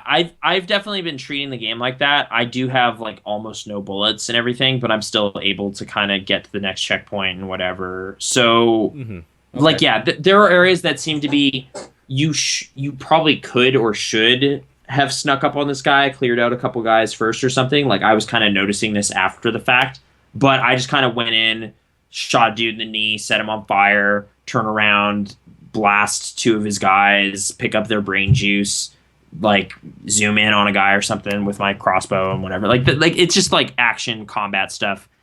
After this one part, like there is a part coming up that's basically just like a horror gauntlet of just like nightmarish, messed up stuff, and you don't really. It's not stealthy, but it's just kind of slower going, kind of that's fine, fucked up environment shit. That's okay. And then the area I was just in honestly kind of reminded me of that kind of sniper village area in Resident Evil 4, where you first get the sniper rifle, and then it's like all these kind of rampways and like buildings on different heights and everything. It was kind of like that. And yeah, like there was a I kind of sequence that hated was that kind of more part action stuff. in that game, but Okay, I get where you're but coming from. So that's yeah, yeah. there's kind of more familiar territory happening with some of the structure stuff, and I don't know, like being right on the edge of not having enough bullets to deal with the situation. I kind of don't mind that because it's like that it's that gameplay decision of just forcing you to go through your whole arsenal, and I kind of like Tomb Raider kind of did that too, like the remake from like a year or two ago, No, where it's that's just what like it did good actually. I like yeah, that. yeah. So I'm finding the game's most recent levels that I've been playing have a quality like that. But I guess yeah, for me the turning of the tide was the decision to go casual. So I didn't know you were already playing on that. I thought you were making it harder for yourself or something. But No, because it I it does actually have I some got some irritating- insider information that was like, Yeah, if you play this on hard, don't even bother like playing because it is just like I think it was even like a post they made, the creators, saying like, yeah. this is meant to be played on casual, hard is broken. Like, it's Oh, just weird. fucked. Yeah. Because like that's actually only the second tier of difficulty because there's a 3 skull one that you unlock I think after you beat it. Yeah. So like the actual hardest mode I wasn't even messing with. But yeah, I started on regular. I was just having a pretty tough time of just there's like nothing like it's like oh I got spotted by an enemy dead or something. Like it was not fun. So I felt good about my decision to just play through the whole game again from fresh with kind of just a new emboldened kind of stance of just like I can take on stuff because this is easy mode. I'll be okay. It sounds like chapter 4 and on is where people say that game gets playable and decent though, because there have been a number of people saying, yo, that game kind of garbage for 2 hours roughly, and then it gets okay. Yeah. So yeah, or yeah, I guess so. Yeah, because I was skipping all the cutscenes and I'd already seen all of it yesterday. I kind of made that 2 hours 45 minutes, and then it was off to the races today. Right. So I had a good day playing Evil Within today. Okay. But it does kind of fight you on it, and like if they ever patch it to kind of just they hey, won't. The game now supports this. That would be cool because then the game would just look better. Like it's weird that they kind of like there are times where I'm actually kind of impressed by some of the messed up environments and whatever they put you in. Like there's some nice looking things in there, but it's like strangely, it's just such a strange way of hindering that stuff. I don't know. I don't really get why they did that, but they did, and I'm just kind of I wasn't even planning to really play it today, but I just kind of was like, I'm gonna give this one more try, and I ended up getting pulled in for quite a while. So I think there's a bigger like beneath all this stuff, there's a bigger conversation to almost be had where like, do you respect a designer's decision to like, this is how we put out the game, this is like what it should be judged on, or is there some merit to no, you guys are dumb. This is the better way to do it, so I'm just gonna hack this so it's playable. Now it actually looks good. Like, well, like I guess if it's like now it looks good, that does seem to be kind of this is a pretty weird case. When you started saying that, I was kind of thinking of the folks that patch every Bethesda game, like Bethesda game, meaning like Fallout or Skyrim, because this is also a Bethesda game, right? To just be like, no, over encumbrance, fuck that. I'm gonna be able to carry all the dragon. No, that's cheating. Bones That's straight up different. Yeah, which like that seems to be kind of a common thing where it's like you are hindering my ability to have fun the way I want to have fun. Whereas, yeah, this seems so much more a base thing of just like I just want to see more of your game. Like I just want to be able to enjoy it. I just want to be able to play this thing. Like I have eyes right here. I want to use them to get through your thing. And I guess I don't really buy like that being a good artistic justification for hindering your vision of just like, oh well, it's a scary game, or it's in your mind or something. Like it's like, no, that guy should be able to see, and he is behaving like he can't see because I can't see, and that's stupid. You know, like that doesn't make sense in the fiction. Like that man has fine vision, but I can't see what he's needs to see in order to hide. Do you know what's going on in this story? I have some ideas as to what is. Yeah. Oh, did you find any keys, by the way? Also. I don't remember, honestly. Okay, like pro tip, if you ever see like a statuette, like a statue of a lady, like just like Okay. a kind of porcelain statue of like Mother Mary or I something, don't think I smash have that. yet. There's a key in it, and Okay. those keys unlock kind of things that'll help you. Like in the kind of weird dream mirrorscape, there Hmm. are places where you can unlock some kind of helpful things, like just more brain juice, extra ammo, stuff like that. It's like this weird unlockable system in the game. What I wanted to get to, Um, though, is that if it's going for the kind of, it seems obvious to me anyways, if it's going for the yeah. thing where it's like this is actually all going in his head and he's like the psycho, that's kind of a disappointment, right? Well, I don't know if he's the psycho, but I mean, there's that cutscene where all of them crash in that ambulance, and it's Right. like, I'm is thinking he like dead or something? I'm thinking a 'Cause, like, Jacob's ladder, spoilers alert, like I'm thinking yeah, Jacob's ladder scenario here. it might be a Jacob's Ladder thing. It could be just like he's in, like, yeah, he's in a coma or something. He's in an asylum for the whole game because you're in an asylum in that mirror world, and he keeps waking up there, and it's just like I think he's just having crazy visions after a thing that happened, Hmm. and. I mean, the more you read the kind of little notes and stuff they give you, it seems to all be kind of building up to a traumatic event that probably involves his family, that probably broke his mind. Because it's Mm. just like, oh yeah, like my wife and everything, this is going so great, and you're just like, there's no way this is going to be going so great for like the rest of the game. Like there's But got to like be a either fracture way, point or something. we're on the same wavelength of there is not like the end of the world actually happening. This is all very much a mental thing, right? It's in Like his mind, yeah. This is a character's perception being warped or something. Yeah, it's not like actual demons or I hope they play with blowing up that. I hope they do cities. something Yeah, because if that is just like, hey, look at this thing, kind of cool, right? It's like that twists. twist was obvious from like the very second that you started this game. Right, or it's like maybe he's being used in some way. Like for in that bit where the city's breaking, I thought it looked like the city was like twisting or something cool. I was kind of like, is this like some giant It was like arcane? rearranging or something for sure. Yeah. Yeah, it looked like something neat was happening there, but I don't know. You're in kind of just this nightmarish hellscape or whatever for most of the game.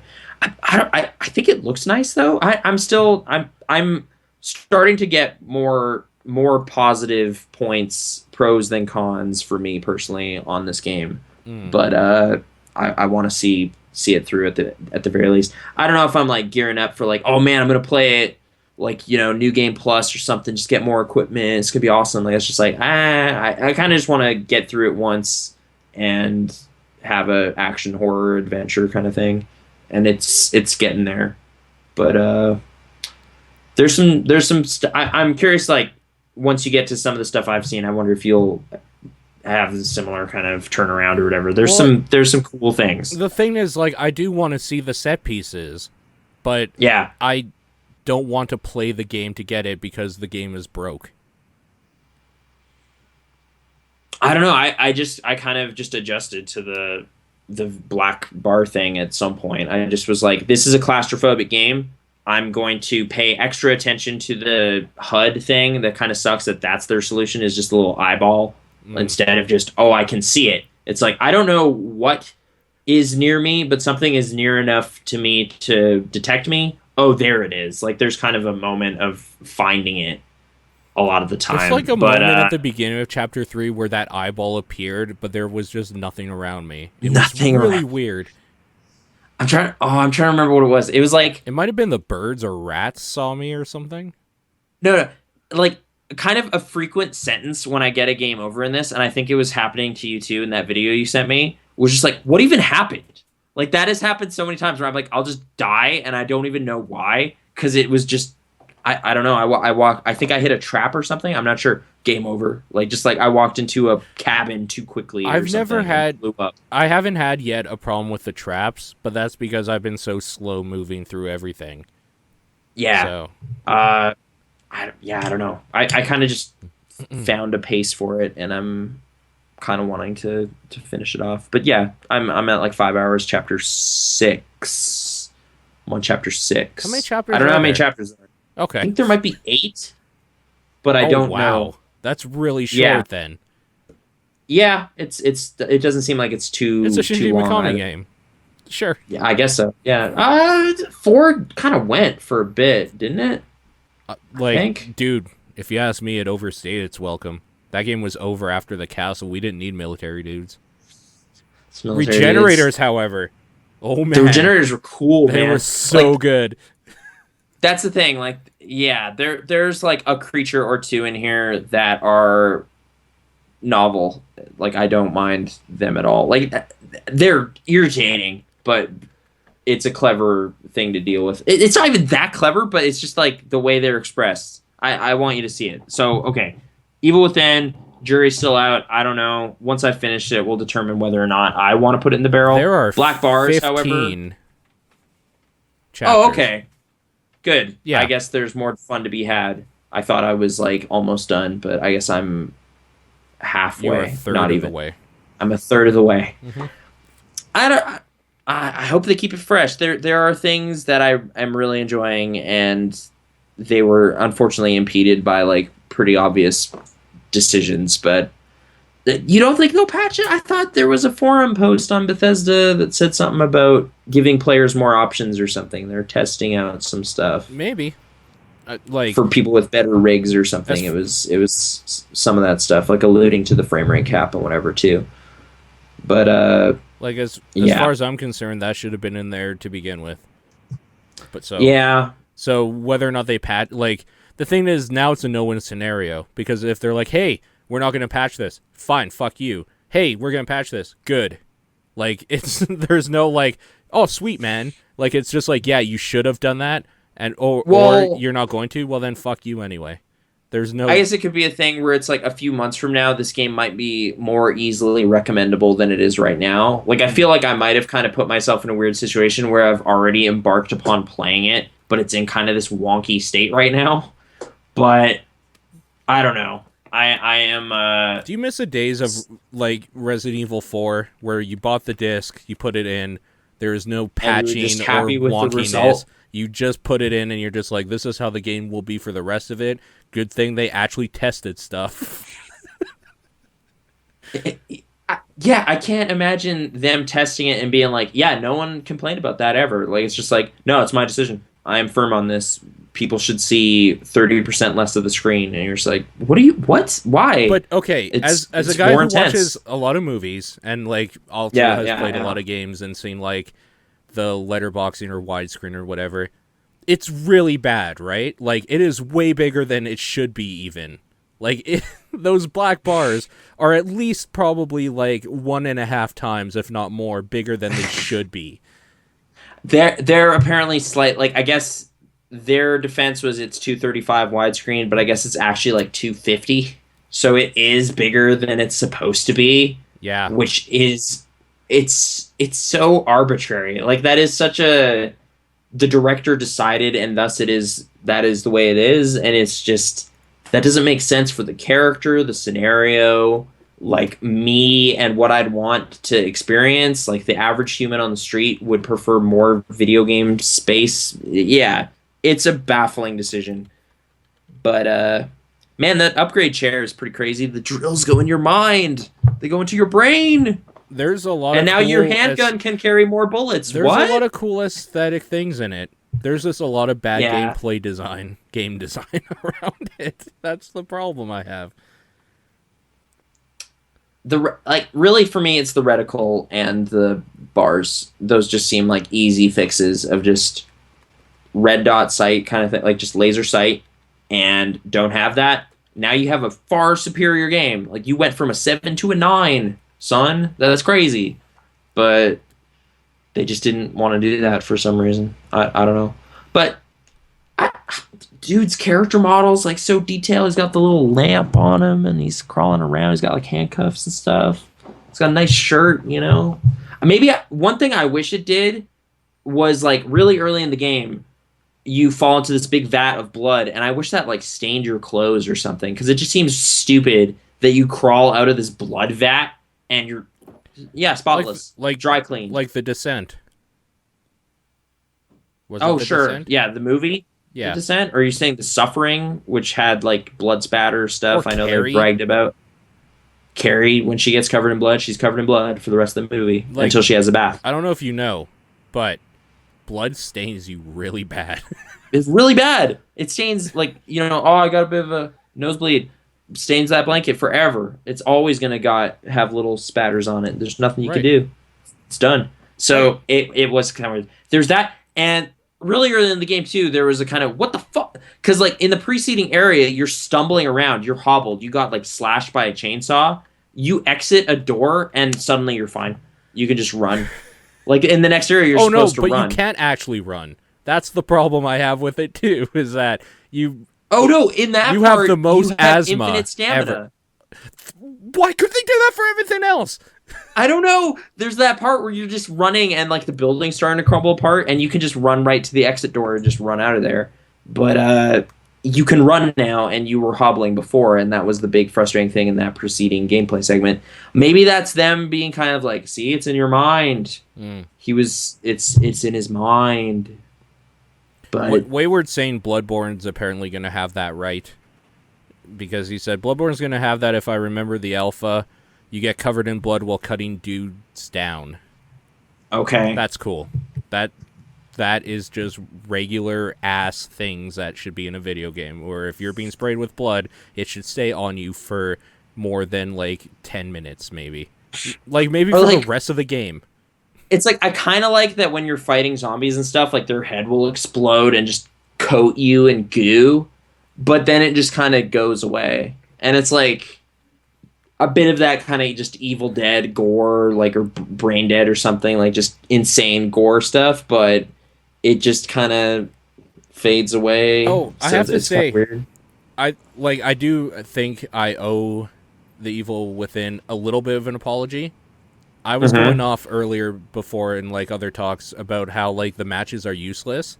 I finally realized playing that part what they're used for, and it's to like knock a dude down and then set him on fire for an insta kill. It's not dude. After I saw I started doing that, and yeah, it helps a lot. You just like kneecap a guy and then you that guy is done. It was bad. So, I felt really badass doing that. It's just like, I know how to solve this situation. Shoot him in the knee and set him on fire. Like, it's also total nonsense because it's like everybody is just soaked in gasoline or something. It's just like, oh, I just put on my new gasoline-soaked suit. Oh no, I shouldn't have worn this today, because like everything just bursts into flames at the drop of a hat. But I guess again, it's in your mind, so it's fine. Mind fire. But then that kind of irritated me because like if it is in your mind, why couldn't you like, Dream Warrior style, like Nightmare on Elm Street 3, gin up more powerful stuff for yourself, or like that just is an overlooked health. Nightmare on Elm Street, by the way. It's a good one. Back. It's not bad. So like it's a weird one. Like team up with your mental warriors and fight the evil Revik dude or whoever it is. It's Jackie Earl Haley, I guess. He's the weird TV man that like is teleporting on that early cutscene. Yeah, but I mean, he's the weird guy in everything he's acted in ever. So. Yeah, he was actually Freddy in one too. So perfect. Yeah. Like that, he use it to fight Freddy. New Freddy. You gotta get your dream powers. I still haven't seen that. It's not very good, but it wasn't as good as the Friday the 13th remake, which was actually fun. I don't know if the 2009 or whatever. I don't know if I saw that one either. I own it has both of them. It has a great late title card. Like it's like a mini movie happens before the movie starts. It's great. It's like, there's all these teenagers camping and all this stuff. You get like a condensed time, like version of that movie of just like these people are having sex. These people are kind of looking for their pot stash that they hid. Oh no! And then like machete, Friday the 13th, and you're just like, oh! And then it's okay. Now we have like characters, and I still have to be the only asshole like on the earth who actually liked Freddy versus Jason. No, that's fun. And Jason X. I liked both of those. Is there like this weird cracked up dude that has like 2 syringes and he goes up to Jason and like injects him and then he gets killed, but it eventually takes effect, so they just have passed out Jason and they drive him out to Crystal Lake for like the final showdown. Yeah, that movie's fine. So yeah, Shinji Mikami should have taken more beats from the Friday movies. And well, Nightmare on Elm Street, really, if he's going to go mental landscape stuff. Actually, he kind of does. There's like weird rusty hallway, like just, I don't know, that kind of factory scape that factory area you start in the beginning of the game. It kind of gets that aesthetic again for chapters 4 and 5, and they do some cool stuff with it. Okay. So, whatever. Jury's still out. Evil Within, Black Bars, whatever. Does that go in the barrel? Not yet. Chapters 4 and 5, man, they're cool. There's some good ass stuff. What about in chapters there, 1 to 3? I'm gonna say that Blood Sluice and the Blade Hallway moment doesn't go in the barrel. Everything else does, though. That hiding from that chainsaw guy kind of sucked. No matter how you did it, it kind of sucked. So maybe I put that in the barrel. Chapter 2 is just kind of like indiscriminate bullshit where you're just walking and then the chapter ends at some point. I did see you finish the chapter before I'd finished the chapter. It's like, oh really? You just run to that door and that's the end of the chapter? It's like, yeah, that's how that chapter ends. Yeah. But I don't know. They come up with some decent combat scenario kind of standoff stuff of you know, like the Resident Evil 4 cabin moment, like where it's just like a siege, you know. I don't remember that. Oh, dude, it's awesome. Like, you and Lewis are in this cabin, and you're just, blocking the doors and stuff. Yeah. It's, like, there hasn't been a moment that singular of just kind of, like, you're being besieged on all fronts and blocking doors and stuff, but there has been some kind of, like, there are hordes of enemies coming after you. You have, like, just this kind of big open area with, like, bullets hidden around. You kind of have to keep moving and keep shooting and keep doing stuff. And, like, I'm kind of not sure I want that, though, again. With these mechanics? Yeah. Oh, okay. I haven't played anything like that since 4, kind of. Like, that's like that. I didn't finish Shadows of the Damned. Yesterday, I was, like, holding Shadows of the Damned in my hand. I was like, okay, this isn't doing it for me. Maybe I should play this. But then I was like, oh, the 360 isn't hooked up right now. All right, I'm going to give this one more try. If I don't get pulled in, I'm going to just hook up a 360 and play Shadows of the Damned, the last game that was apparently like this that I shortchanged or whatever. But then this did manage to get a hook into me. So footnote, even when you finish this, you should play a little bit of Shadows of the Damned. That game's good. Okay. But I guess we keep kind of going around. But like, it's good. No, it's bad. Oh, but it's actually kind of good. Like, it's like, I don't know. It's divisive, but I'm starting to get kind of fond of some elements of it. So, I mean, like, the character, like, whatever, he's kind of just... But Sebastian is so whatever. Cop. Like, the way he's dressed just kind of reminds me of, like, Booker DeWitt or something. He's just, like, dude in a suit with, like, kind of similar hair, and he's a detective or whatever. It's just like, why... What a generic-looking guy. Hey, like, I'm a detective. Yeah. Sebastian. What was the other game that came out around that time that basically had the same... I don't know. You mean the killer in Heavy Rain? Yeah. Spoiler alert. No, detectives and yeah.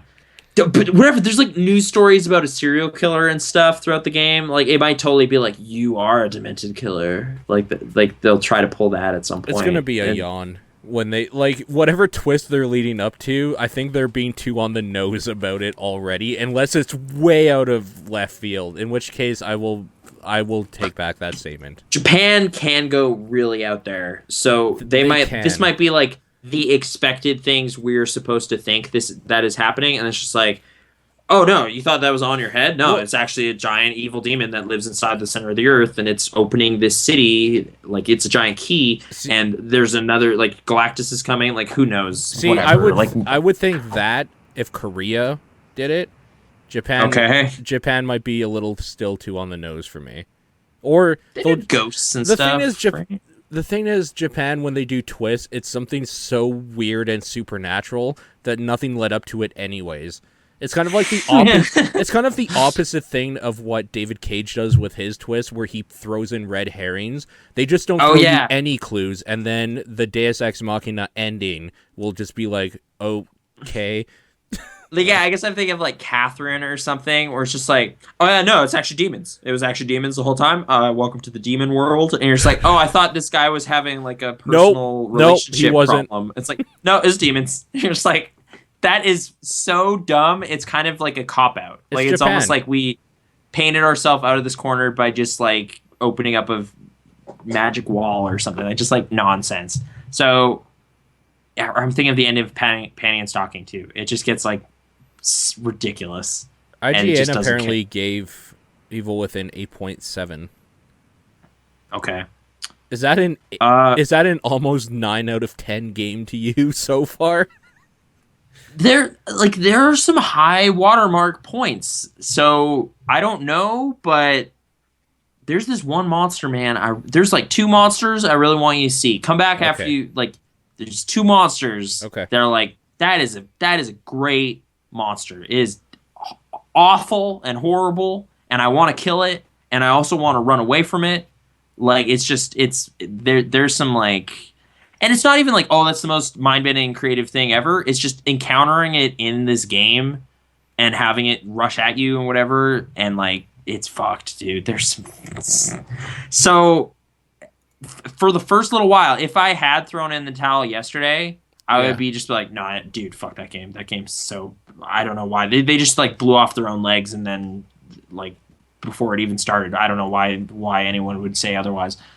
But if there's like 13 chapters after that shitty opening part that are as cool as like chapters 4 and 5, When you no, okay, we'd when be you off put to it something. You know? when you put it that way, where there's 15 chapters and I don't like 3 of them so far, like if Yeah. the rest of them are decent, you're right. I do need to play more of that game, just straight up. Because I mean, like Tomb Raider started really shitty for me too. Yeah. Like last time, like I gave up on that game for like months because I was just like, dude, like fighting wolves and whatever. Like I just don't care. Yeah. And then that game just had this weird upward trajectory where it was just like kind of started kind of low and generic, but then it just kept ascending. And by the end of it, you're just like, this has climbed really far. Like this is really good. Like now that I have everything and like I'm just kind of switching weapons and jumping around and That's just the like thing, I'm too. I have fully 2 in weapons. control of what's happening.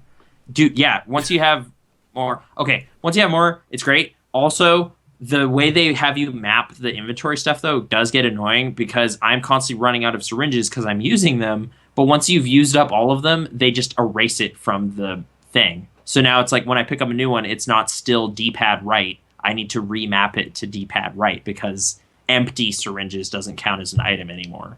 So little things. I still really like the way they handled inventory in Resident Evil 4 with the briefcase and you're kind of sorting your stuff.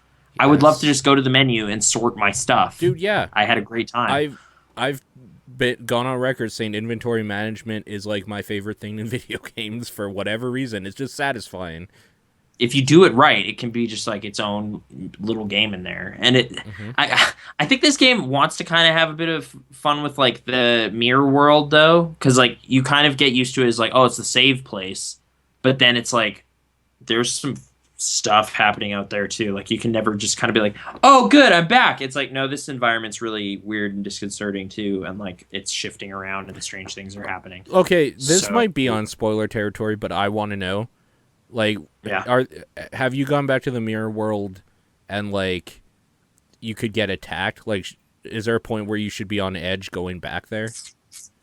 You don't have to say from what or anything, just a yes or a no.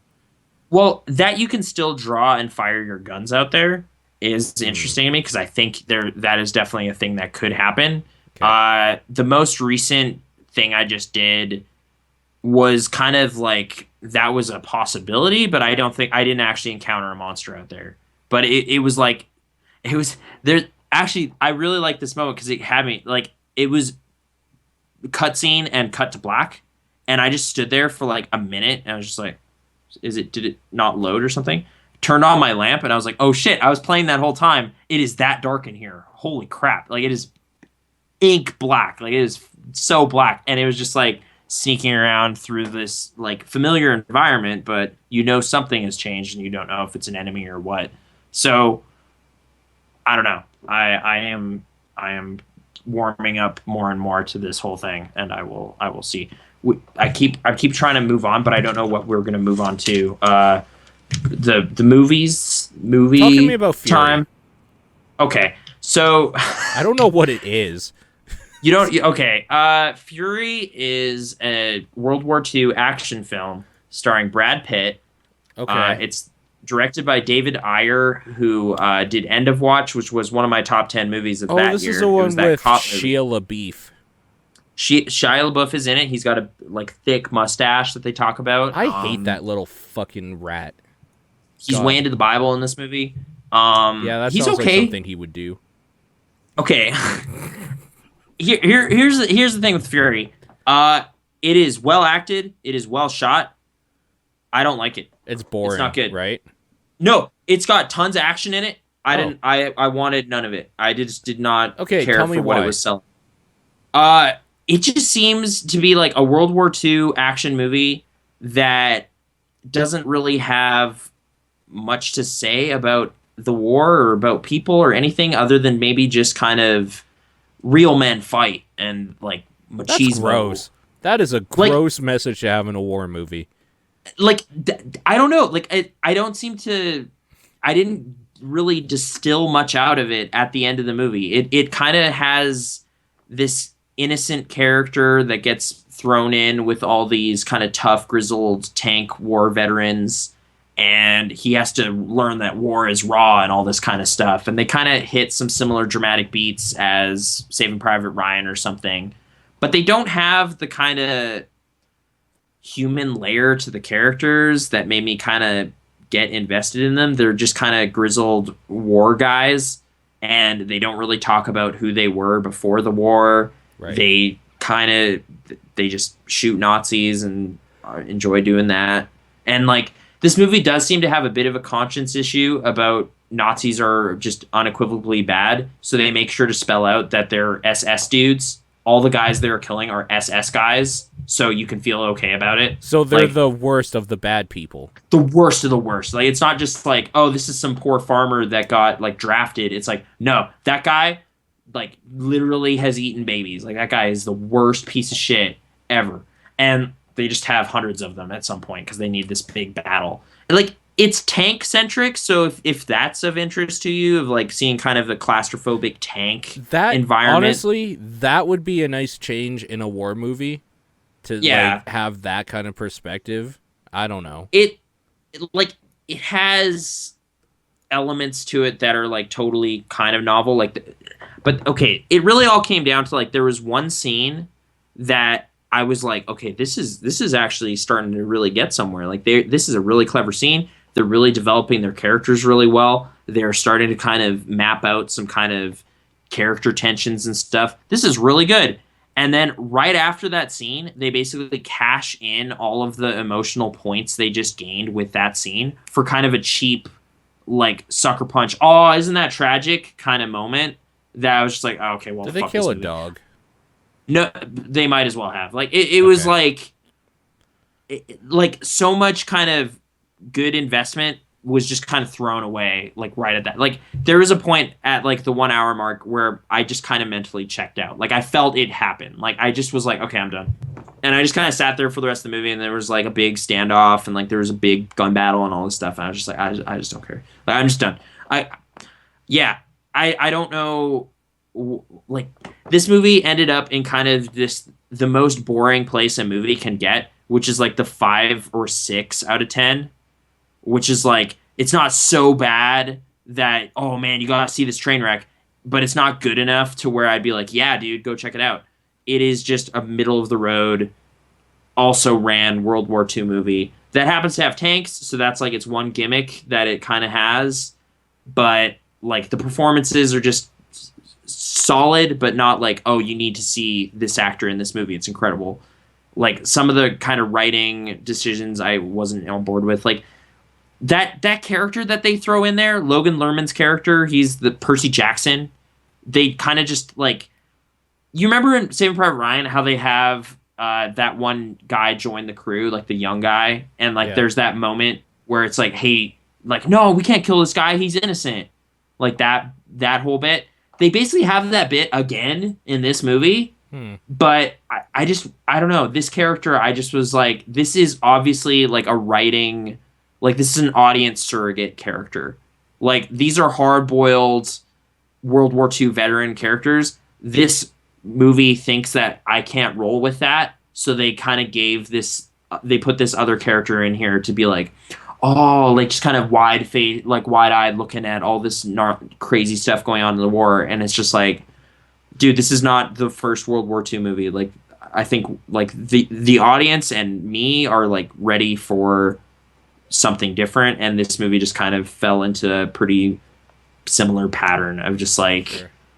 innocent guy getting like Platoon has it, like Charlie Sheen getting like seeing the big massacre at that village or whatever, and just be like, oh, what's going on? War is so crazy. Like it's like the same themes over and over. And I at some point it's like, what else can you wring out of World War II? And I don't know, like maybe stop making them then. It's been 70 years. Like find a new conflict to get war stuff out of, I guess. But Or what is it good for? yeah, I don't know. I mean, it's doing okay at the box office. Shitty but movies, I guess. Well, just middling movies. Like I like a good shitty movie, like Howard the Duck. Watch that. You know, Sure. like it's got so much dumb shit going on. You need to see it. This movie, no one needs to see. Like if you're gonna watch a World War II movie, go watch Saving Private Ryan. Like it's better. It's just it did all this before. If you want to watch another one, watch Enemy at the Gates. Like there's better movies. Oh, that like one this. That's a sniper battle one too. Those are fun. Yeah, it like I don't know. This is not a new subject, and this movie doesn't really do anything else with it. It just kind of has buff macho character dudes fighting. That's basically exactly what this for. first user review that pops up on IMDb says too. It's like, oh yeah, this almost seems like you wrote it from what you're oh, saying, because it's just okay. like it was given a 6 out of 10. First of all, yeah, that's exactly where it goes, and it's just such the a first boring line place. is not awful, not good. The acting is what saved the movie, but overall it's incredibly unrealistic, and the character development is slim. Then it goes a little bit more into it, where Norman is a pushover the whole film. Brad Pitt's a badass. Shia cries the whole time. The other guys are filler. Kind of like John Bernthal maybe plays like the asshole, like this kind of the jerk, the filler. Like yeah, the rest of them are the like, archetypes on top of that. So, man, archetypical. Yeah, you got your religious guy, which I guess in the other movie was Barry Pepper, like the sniper in that. He's always praying before he shoots and whatever. Like, you have a religious guy in this. I didn't even think about the mapping of the analogs. It's the same goddamn thing. Oh shit! I am 3D Homer just dropped the mic. What? In chat? World War I is more interesting than World War II. # mic drop. It's been mined less, and it's kind of. I mean, has there been a movie about like Franz Ferdinand or something, or about like that kind of? I don't know, like powder keg situation that was from building like up what to you it. were talking about, where like real men fight or whatever, this type of theme for the movie. Yeah, that would be World War I, because that's when you had to like go and stab people in the trench and stuff. Like, but no, like people went into that war with that kind of classic perception of the war hero, and then came out of it with like, dude, there's like gas and like just sitting in a trench all day getting like diseases. Like this is terrible. Like it was a wake up call for the planet, kind of just like, no, war sucks. It's so bad. Yeah. Oh, it's terrible. And I thought lesson was learned, but whatever. I'm trying to remember. I think I had like one other sliver of a thought about the movie, but so the unrealistic thing that was in that IMDb review, like this movie isn't based on a true story, and there's like a moment or two that are like just seem so ridiculous because you've seen The Pianist, right? Yeah. Like there's that bit in that movie where the German soldier gives him a can of pickles, right? Yeah. And that would be so insane if it wasn't true, because it happened. It was a real thing that happened. Like this movie has a kind of moment like that is totally unearned and is not true. So it's just like, why the fuck would that happen? Like that was like, it's like, why would that guy let that guy live? That doesn't make any sense. Like, why would that SS guy you've established as an SS dude not shoot that guy? It makes no sense. Like they kind of, I don't know. They deposit checks they can't cash. I don't know what the analogy would be, but they try to go for stuff and they didn't earn it, and it kind of backfired for me. I'm just like, no, fuck that. You can't end your movie with a moment like that, because that didn't happen. So make up some, like, I don't know, either tell a true story or get out. Like at this point, World War II doesn't need World War II fan fiction. you know, like just like, wouldn't it be cool if there was this like hard boiled group of tank dudes that like drove right into Germany and just shot up like 300 guys? What do and you just, like, feel of that didn't happen? So shut up. Like, I Inglorious guess it's like Bastards Inglorious. then? That movie is the ultimate I example fucking of hate that. that movie. I don't like it at all. That movie is a problem because I love performances in it. It's a There are problem. performances in it that are so good, but if anyone points out like, dude, this is fucked, it's like, yeah, you're right. Like when that got pointed out to me, I was in like film class and one of our professors like hated that movie, and it was just like, why? Oh, dude, it's like the cheapest cash in on World War II, and you're just like, yeah, you're right, it totally is. But Christoph Waltz, right? Oh my god, that guy can act like his way everywhere. It was crazy. Like, so it's like there are characters in it I love watching, but that it is a World War II movie, what it does with that framework and everything, it's kind of awful. Like it's kind of like, it's like, I always got the Team America vibe from it, but like with real events. but like being more like a little more serious about it, like keeping it a little bit more kind of low, Which and is like worse. low 'Cause key. At least Team America It's went like, full retard. Like, yeah, that's the whereas thing. this kind of has like an air of authenticity for a while and then goes stupid on you. Yeah. That's like Django too. It just kind of I still plays it haven't seen really that. straight. It's just like about slavery and about kind of this tense situation, and then it just goes, and then rap music plays, and there's blood everywhere, and you're just like, what the fuck just happened? And it's just like, Quentin Tarantino, he was like trying to restrain himself for so long, and then at the 2 hour mark, he just couldn't help it anymore. He's just like, I got all these squibs, let's go here, and then he shoots everyone, and then the house explodes, and you're just like, that's the dumbest shit. All right, Quentin, I don't know. And then won best screenplay. So what do I know? Whatever. It made hundreds of millions of dollars. Quentin Tarantino's genius. But fuck, yeah, that movie is a problem. It's like so well crafted, but so profoundly not okay. It's really weird. It's a guilty pleasure, I guess. I fucking hate That's where Inglourious I'd put it. Bastards. I've never Okay. liked it. That's I was one of the quite reasons why I don't like surprised. Django, or I haven't watched Django, because it was kind of like the thing where I was like, hey, Quentin Tarantino kind of sucks. Like, he's just he's the most fan servicey bullshit He fucking is director. thoroughly in his comfort zone all the time. Yeah, it's... Which is that's why fair. if you're gonna do something like a stupid samurai movie like Kill Bill, I'm in.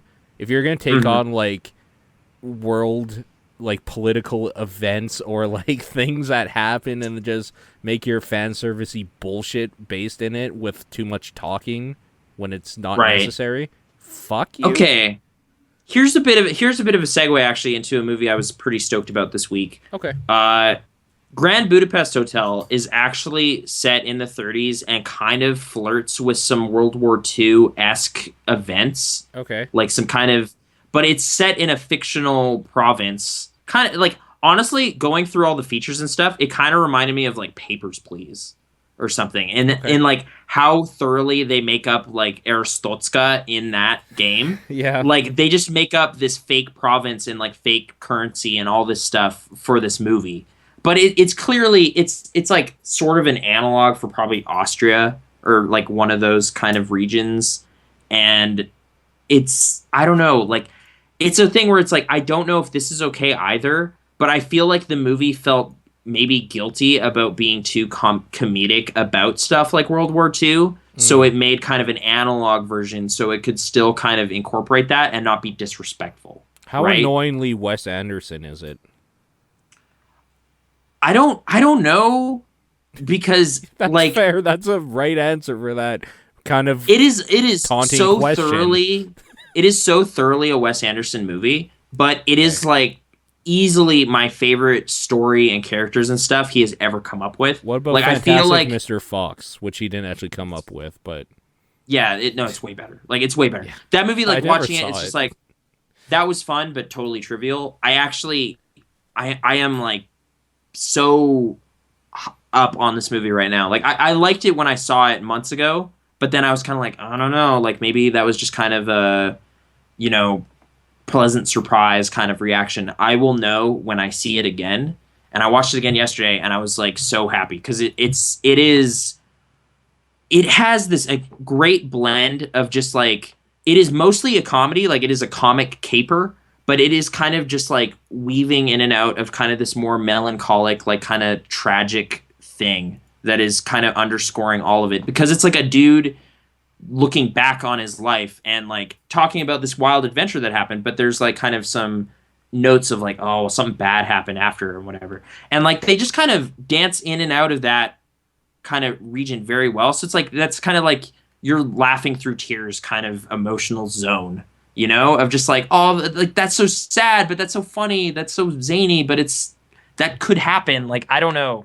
It is and it's stylistic as hell. Like it is absolutely his thing of just like every shot seems so well planned and everything. But Moonrise Kingdom like did nothing for me emotionally. This movie has like this great character duo like Zero, this hotel lobby boy, and the concierge of this hotel, who's kind of like his role model or whatever. Like they're kind of team up to kind of clear Mr. Gustav of murder or whatever. But man, just the jokes and like the kind of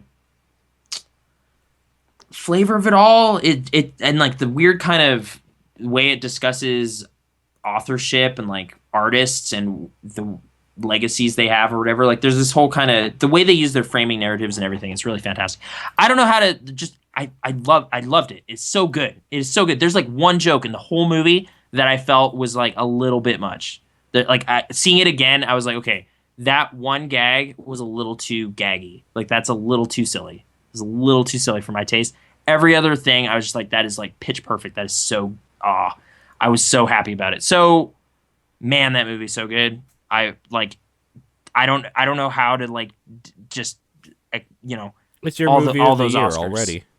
It is so easily like it's oh I've never really seen a Wes Anderson movie in that light before. I've always found him like too stylistic. Like he doesn't have the full parcel ever. Like he hasn't had the story to back it up or something, or it's all style, no substance. Those kind of criticisms. This time he has both, and it's so exquisite, and it's so good. So yeah, it's not quite perfect. There's that one joke. Is this your But perfect everything movie? else, it's not quite. It's not quite. But Okay, it what is trumps right it up in the there. perfect movie? Perfect film. Oh man. One that got everything right. Well, like It's obviously Casablanca. no, fuck that. Come on. I like honestly seeing this, I am always reminded like it is nothing like Stanley Kubrick's work, but it is like as masterfully crafted. In a You different know? way. Like it is like he is using film in like such a well trained way. Like it is like you have seen shot reverse shot like your whole life, but he'll like have a scene just kind of use it so cleverly that it's hilarious and just like plot meaningful and all this stuff. Like he is at the peak of his powers or something, man. It's like amazing to watch. Of just like this guy came up with this whole idea and this whole world and all this stuff and just kind of brought it to life with this group of collaborators, and it's all in sync and it's like a perfect machine or something. Like it is just it's really really something. So I mean, part of it might have like the second time been informed by like knowing some of the inspiration behind it was this kind of tragic story about this author Stefan Zweig, who was in Austria. He was a writer in the 40s, and like his short stories and stuff kind of impacted the tone and like character stuff in this movie.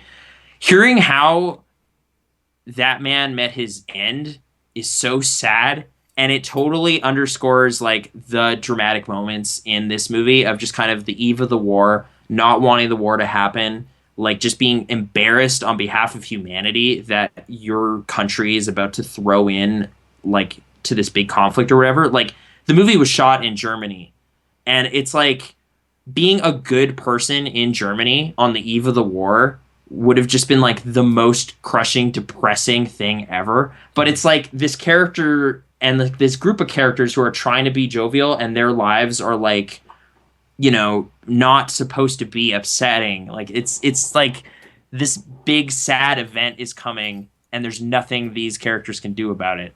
And I don't know. It's just like the most bittersweet thing ever.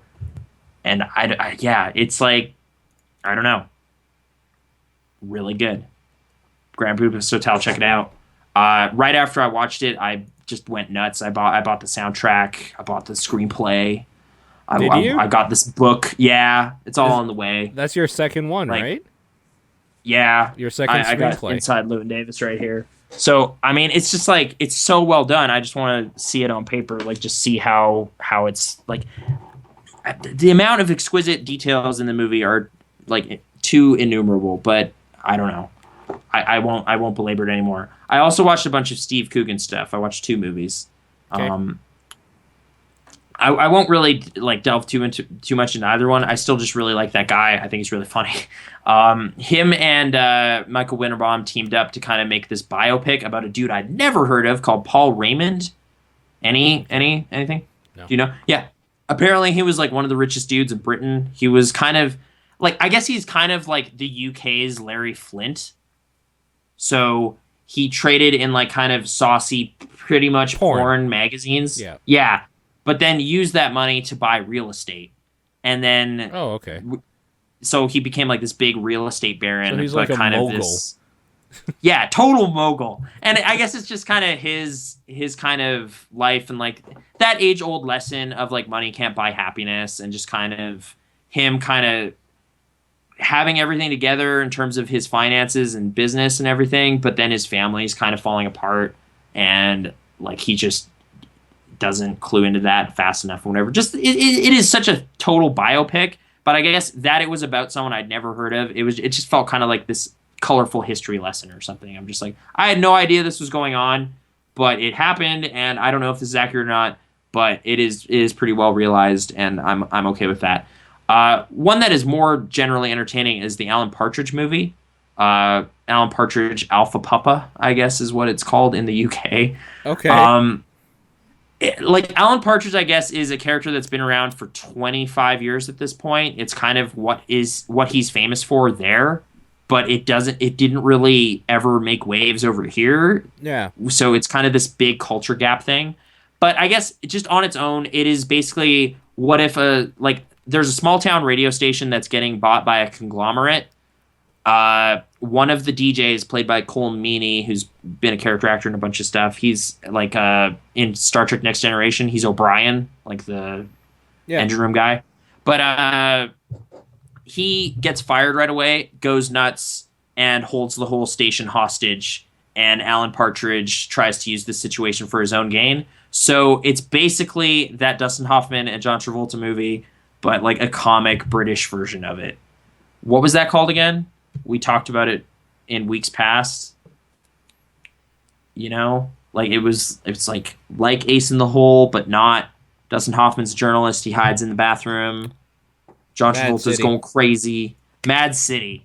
It is like small town Norfolk Mad City, but with like this kind of zany comic character at the center of it. And I could dig that. It was pretty fun. There's some just good fun gags in it, and like I have.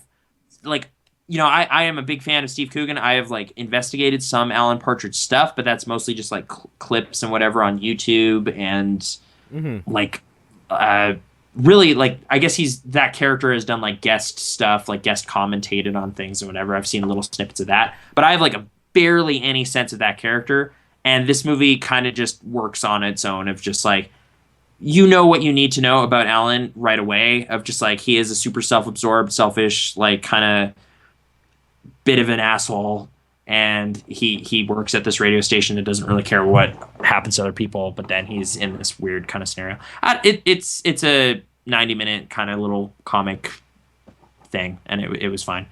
So yeah, double header of Steve Coogan stuff. That was movie time. Of those, I guess Fury goes in the barrel just for being so boring and unnecessary. Sure. Grand Budapest definitely does not. And I guess I wouldn't put either of the Steve Coogan movies in there either. Although, if you had to choose one, if I had to choose one, I would put. I didn't even say what it was called. The Look of Love is the name of the Paul Raymond biopic. I would put that over Alan Partridge in the barrel, because it's just kind of. it's pretty straightforward in a lot of ways, but I was up for it, but I wouldn't see that being kind of like, oh dude, you need to see it. It's like, no, do you have any interest in any of, like, Michael Winterbaum directed it, Steve Coogan's in it?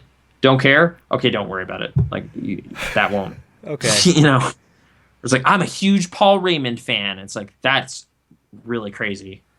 You should check out this movie then. But I don't think this was made specifically for you. Yeah, like, yeah. Oh man, I loved Men's Only. I was a subscriber for 30 years. It's like, okay, well, you should check out this movie, British man who is listening to our podcast. But if that's not you, probably British not. People don't but listen hey, to podcasts.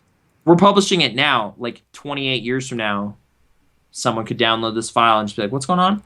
Oh, weird, huh?" Well, they won't, check out that because movie. by that time, all the British people will be space British, and everybody on Earth will be some weird amalgamation of Indian and Asian. Right. But I guess if you want to check out this ancient history, like a movie from 2013 about the 1960s, here's your recommendation, I guess. Right. It's fine. But, okay, what filmic entertainments? None. All right, thing. Then I have one more for you. Okay. It was a while ago, so I almost forgot about it, but it is fantastic and definitely doesn't go in the barrel. This is Bug by William Friedkin. Okay. I've heard mixed things from people I know in real life about it, so okay. I had no real idea what to expect of this. I bought it for like $3 at the comic convention, and I was just like, like, whatever. Like, I've heard this is fine. I was really happy with it. Like, it is like a super small scale story, but it's basically like about people going paranoid and crazy in a motel room. Oh, so and it's Michael Identity. Shannon. I like that movie too. That's a fine movie. It's nothing like that movie though. It's basically like Michael Shannon plays some fantastic crazy in multiple movies. This movie lets him just cut loose so completely. Like, it is just like him thrashing around and freaking out and like saying totally crackpot, like literal tinfoil hat stuff. At one point, they coat the entire apartment in tinfoil, and like they're speaking with so much conviction as to why this completely makes sense. And there's a giant government conspiracy, and the bugs are real, and they're gonna get you, and we need to stop it. And like they're just so manic and frothing. And by they, I guess I mean Michael Shannon and Ashley Judd is in it, and it is her. Like, I've never thought much about Ashley Judd, whatever, like Double Jeopardy. Yeah, like, that's the one. Yeah, you're right. Small supporting role in Heat. Like, I've never really given her much consideration, but she does really good in this too. Like, William Friedkin just kind of eggs out amazing performances from everybody involved. I guess it's based on a play, and it makes sense because it's like a super small scale movie. It is like they figure out ways to make this one room as entertaining as possible. Like, they just kind of, it starts like a normal kind of downbeat motel room. Like, there's a pizza box here, maybe the garbage needs to be taken out.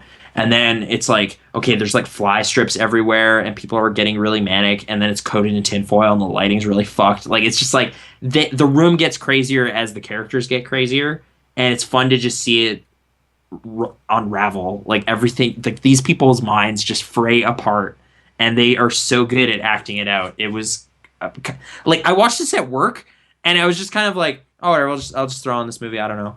And it's just like, this movie is just going crazy in my headphones as I'm sitting there and like business is happening. Yeah. And I'm just like, okay, I got to lean in more, because like there's this really, really weird sex scene happening. It's not like that it's a sex scene. It's so weird.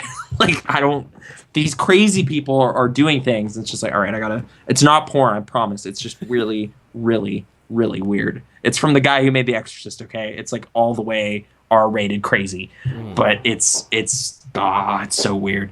But yeah, the acting is so good, and I guess because it's like sort of a horror movie, or like a body horror kind of movie, psychological or something, like, this is not the kind of movie that anyone would vote for as an Oscar thing or whatever, but this is some of like the best screen acting I've seen in a while. So Michael Shannon flipping out and Ashley Judd matching him beat for beat, and 100 minutes later the movie's over, and it was a trip. So I don't know. I thought it was pretty fantastic. I also watched, for the first time ever, I've never seen this story, The Phantom of the Opera. You ever see that serious? You didn't even know. Yeah. You had no idea what the story was behind. Okay. No idea. Like, there's dude What lives in an version opera of house. it I mean, did you watch? the Gerard Butler, Patrick Wilson, like 2005 movie that Joel Schumacher made. Yeah, Oh, that's right. He totally yeah. did do that. There's a big movie like less than a decade ago. Like early on in it, I was kind of like, all right, I don't know. But then like, hey, this like super like the most successful Broadway musical ever. Some of those songs are pretty catchy. I don't know if you've really listened to them. There's some good music in there. I don't know. I have a couple of the tracks on our work playlist. Yeah, no, that's like. What is Angel of Music? But Angel then of there's also Music's like, on there. Yep. I mean, the main theme for the is on there. Like, I have a bunch of them on there on the yeah. What Right is it? beside Of the night. What is the phrase before that? Whatever. Okay, music's great. It's kind of long, maybe. Like, but that was also like maybe hindered by the fact I was watching it at work because it's like, oh shit, I don't know if I'll be able to finish this in time. It's 2 hours and 20 minutes. Like, I was just like looking at the clock, looking out into the warehouse, looking back at the screen, and just like getting kind of antsy towards the end there. But I mean, tragic stuff, man. That's a tragic business. Love triangles. No good. Sad stuff. So whatever. This story that everyone has already seen. I finally saw it. And you were not wrong for liking it. I don't know if this is the best expression of it. I've heard a lot of people don't really love this movie, but I want to see it actually. I haven't seen it. Critics anyway. I guess it was just too straightforward. It's pretty straightforward directing. Like, it is just like, hey, we made an adaptation of like a Broadway musical. Like, they're just singing and dancing and stuff. Oh, dude, Masquerade. That song. I'd never heard the word masquerade said so many times. Like, I just left with just like, God damn it. Like, that is like 700% more times than in all my preceding years of living I have heard anyone ever say that word, and now I have it like multiplied that many times. It's crazy, but yeah, that happened too. I wouldn't put it in the barrel. It's fine. What's been going on over there, Paul? Sorry, I've been talking a lot because of the movies. Honestly, I watched not a whole lot. Like Alien Isolation. I'm trying to remember if there was anything else that really stood out. Like I mean, we talked about Evil Within as well, because I went back and tried to play more of that, and did. Like, I got through more of that game. So, I played a little bit of The Dream Machine, Chapter 2. So that was okay. That is still a point-and-click adventure with claymation as its art form. So is it recent, or what is that? It's an indie game. I think they're releasing Chapter 5 and 6 soon. Like, it's not even all fully out. I think it's like Swedish made, so you're not into it, obviously. Yeah, I'm pretty racist about Swedish people, so yeah, okay. You really, really hate Swedish people. This is a known fact. Like, we're not even joking, so. Yeah, no elaboration. Yeah, no, I am, like, is there anything to elaborate on? You just are racist. Yeah, just racist. What you? So you just need me to be like, yo, Notch and PewDiePie, that shit's bullshit. Like, I need to just be like I'm not resentful saying, about it. I'm not saying, okay. Like, you don't have to. We're just gonna let it linger. I just did, but whatever. Hey, Ingmar Bergman, he's all right. Yeah, I'm sure there's other Swedish people that like the Swedish Chef is okay. That's this racist caricature from this puppet show. It's pretty good. It's pretty good. Yeah. I mean, just making fun of their language, I guess. The Swedish Burning Podcast. Swedish people, do they go in the barrel? Minecraft barrel, PewDiePie barrel. Yes. What about Notch? Minecraft isn't even really Swedish anymore. It's more American than anything. I guess so. I'm not gonna put Notch in the barrel. I'm gonna put Lego Minecraft in the barrel. He has given so much of his money to like really good merchandising. Causes. Yeah, just the over merchandisation of Minecraft can go in the barrel. This concept, but man, kids love Lego so much, dude. I have a weird question for you. Does Giant Bomb go in the barrel? No, I've been going to the forums more, but that does bring up a point of like, yeah, Of okay. contention. I don't want to put Giant Bomb in the barrel, but if they're going to keep limiting what I'm allowed to talk about on their forums, it's going to get annoying. Because, okay, we all know Gamergate's been raging for Wait, months. what is this gate you speak of made out of Well, gamers? so like 38 years ago, there was this big political scandal with Richard Nixon where the Watergate Hotel was broken into, stuff relating to one of his opponents was stolen, and it became this big thing. Eventually, he was like about to get impeached, and then he quit. The actual hotel was called Watergate. Since then, the only thing that is remembered from that event is the word gate. Right. If you attach it after something, it means scandal. Yeah. Yeah. So, flash forward 30 some years, a really bitter boyfriend posts a blog post, and it We've explodes. all been there. Yeah. Not to that point where it's just like dirty laundry out there on the internet, but And then people started trying to use that as a means of kind of just mounting an assault on this other problem that had little to do with the other thing, and then it's been going on for a while. Yeah, which is its own thing. Whatever. Not even the point.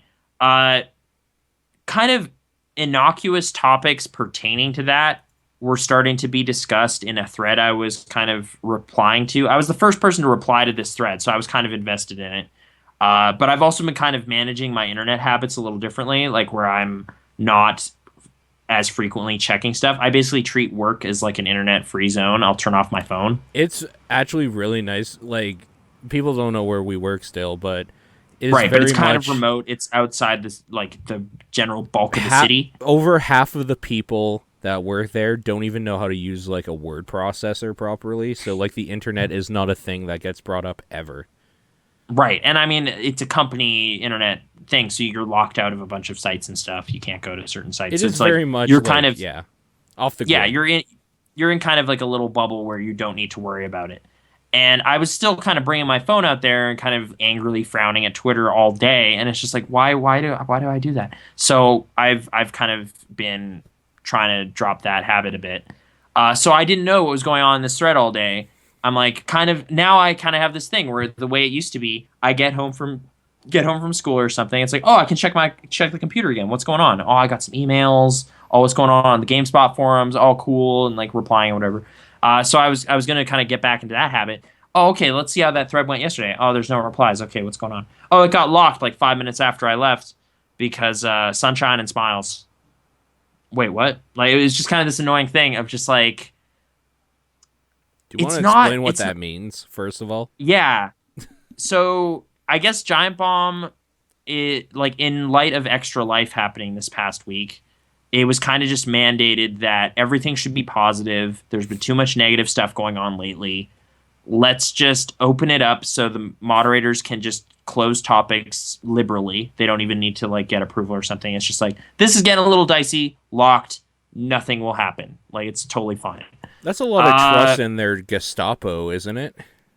Kinda. And I've had like kind of a bitter thing about moderation over there, or moderation in general, of just like I tried to be a mod for Screened because I know movies a little bit. You do like that Grand Budapest Hotel. I do like that Grand Budapest Hotel. I watched every special feature too, dude. Like, I can bake stuff, whatever. There's tons of. Okay, there was an era there during the Whiskey Media where every site was great. Except for maybe Anime Vice, but that's because there was no face behind it. It was kind of run by bots. They didn't really put anyone there. Yeah, it was kind of sent out to die. Yeah, man. Like, so at the peak of my excitement, I was trying to be a mod, and it just didn't happen. So there's that. But there's also just like, I was trying to just talk about this podcast, other like top down, like just kind of be more like, hey, we're trying to do stuff. It's kind of a community thing, kind of like, I'm a member of this community. I'm doing stuff, and it got locked like right away. It's just like, no, you're not allowed to do that. You're just like, what do you mean? They're talking about this other community podcast. It's like, I guess if it has bomb in the name, it's okay. Like, I don't know. The bomb down perspective. only Yeah, talking if we about change our like name. nuclear bombs. Yeah. So I don't like being moderated by someone in that manner. I don't like being just like, oh, it's locked. You can't talk You here don't like anymore. being censored on an I open don't. forum. It's like it seems like that conversation had not gone sideways. Like it was just like, yeah, people are talking about this kind of serious issue. What's the problem? And it's just like it's sunshine and smiles. Just be talking about how fun stuff is. And it's just like, no, but there's this big thing going on. Like we need to be able to talk about it. If we can't talk about it, it's not going to go away. I don't. I was kind of miffed by that, and it kind of reminded me of like this. Like it was this weird thing because it ended up being like the polar opposite experience to something I'd had happen like 2 years ago when I was still in university.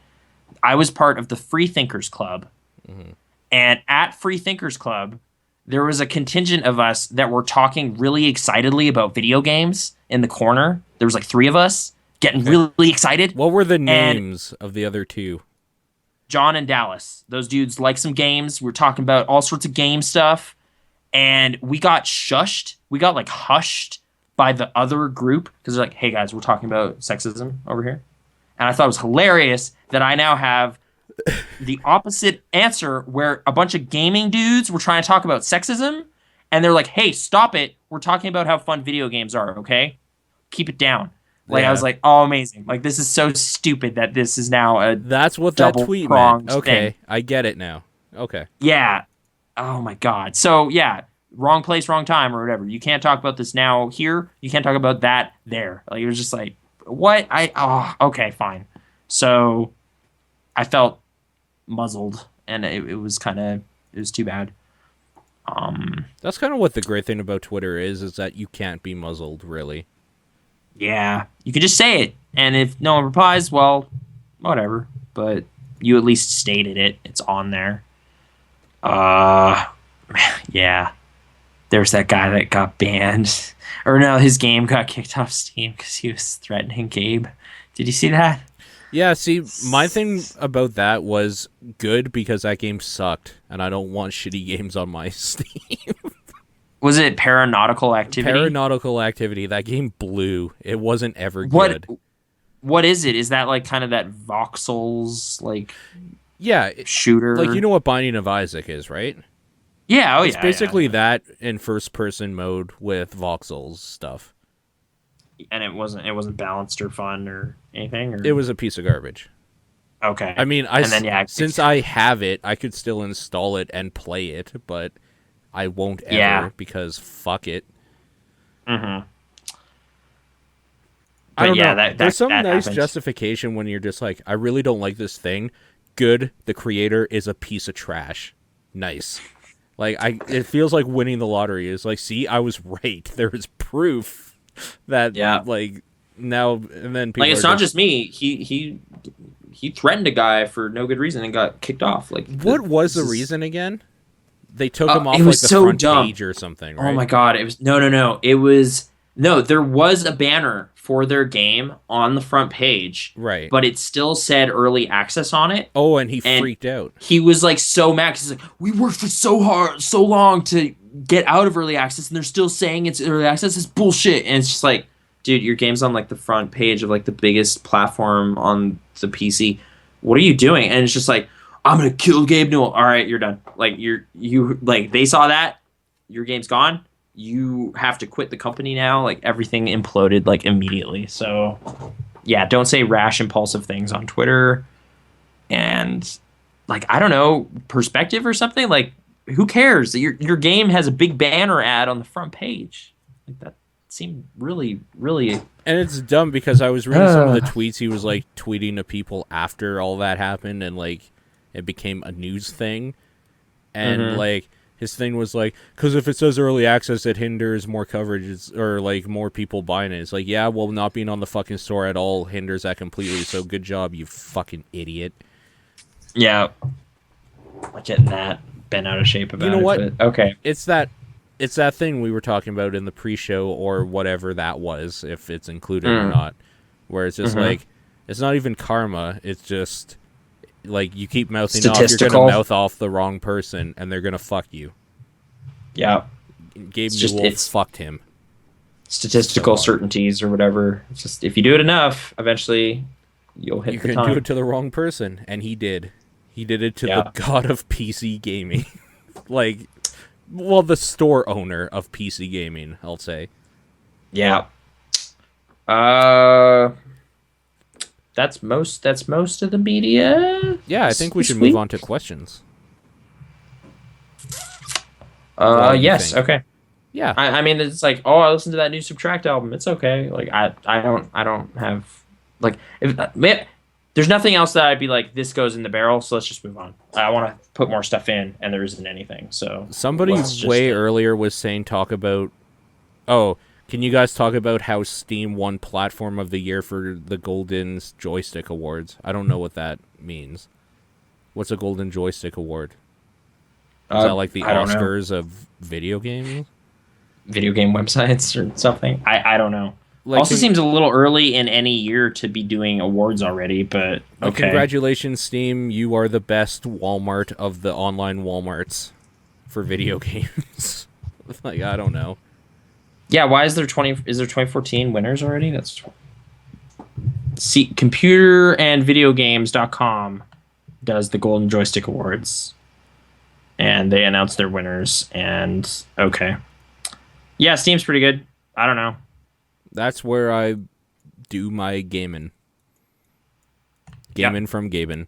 Anyways, we got a few voicemails here because we had that last minute edition. So let's go ahead and do that right now. You guys. Yeah. Fucking finally, like 10 hours in, The Evil Within like explains its plot in like 2 sentences. Fucking, oh my god, it finally happened. And it...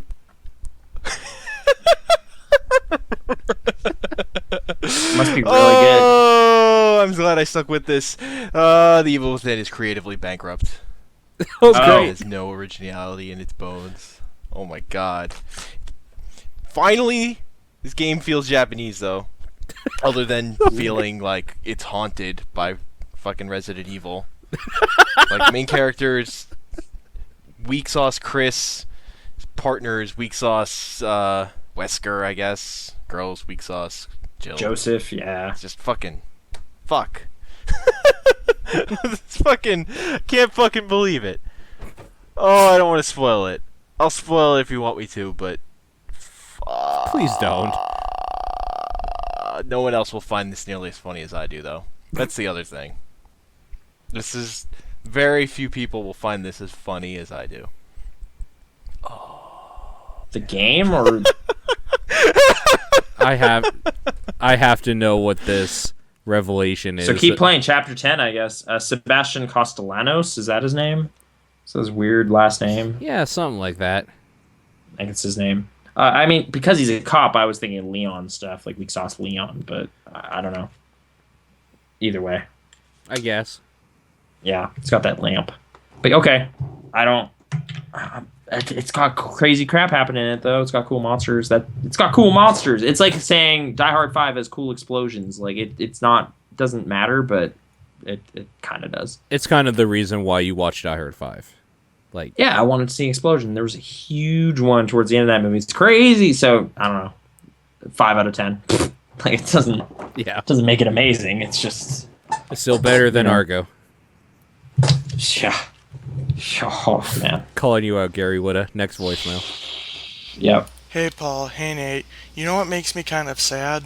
All the best Gundam games are Japan exclusive. Extreme Versus, G-Generation, Gundam Breaker, Battle Operation, the Side Stories games. What's even more, if not just as sad, is I think that Extreme Versus actually has more chance to get localized than Dragon Quest does these days. I fucking love Dragon Quest. Dragon Quest is the shit. Dragon Quest is better than Final Fantasy. You cannot beat slimes. Yeah, Dragon that's right. Quest is the OG JRPG. Also, you can totally beat slimes. They're pretty weak. Have you played Dragon Quest on the DS, specifically 4, 5, and 6? Those are some pretty damn fine ports, and it's the first time we got them in America, I think.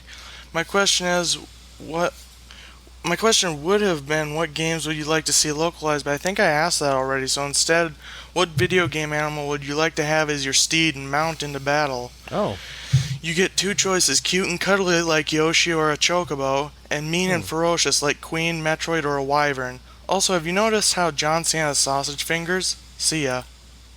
how John John Cena Cena, has- has sausage fingers? Does he? Could he not play piano? I don't know. Would he want to?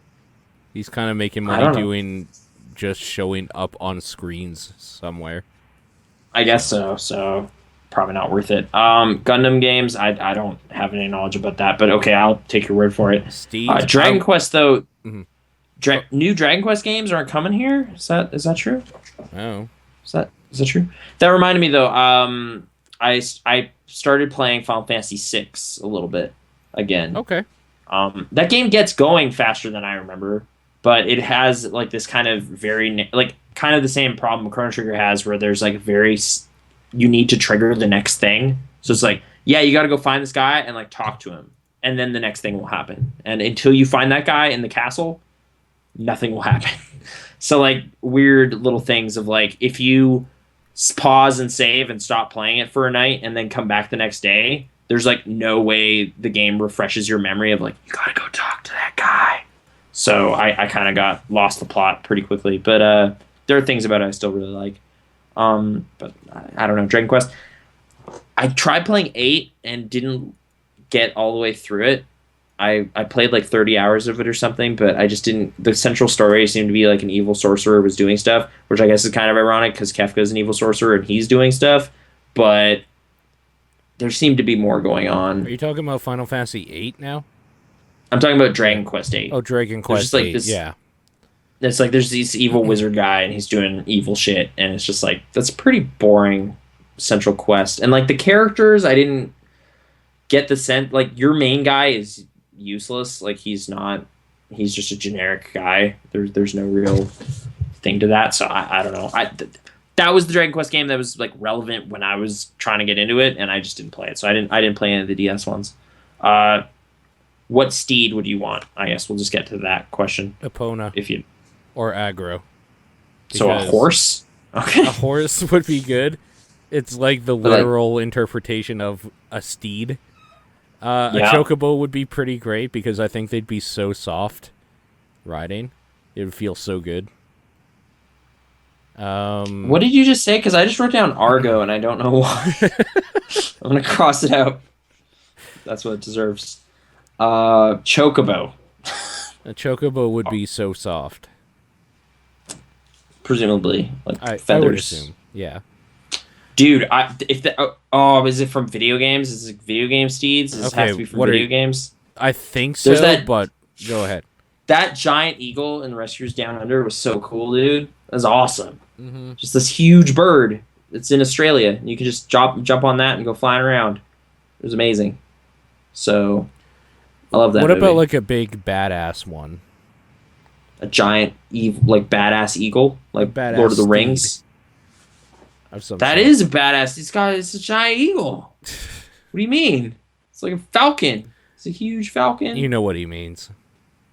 If we're gonna go off video games What? for We're this, talking like dragon, like Drakengard or something. if we're gonna go off video games, I'm gonna say the sandworms from Beetlejuice.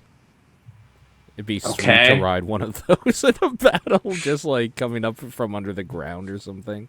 Dune basically has that. There's giant weird worms in Dune, and also Nausicaa, Valley of the Wind, has like giant worm things. So giant worms, yeah.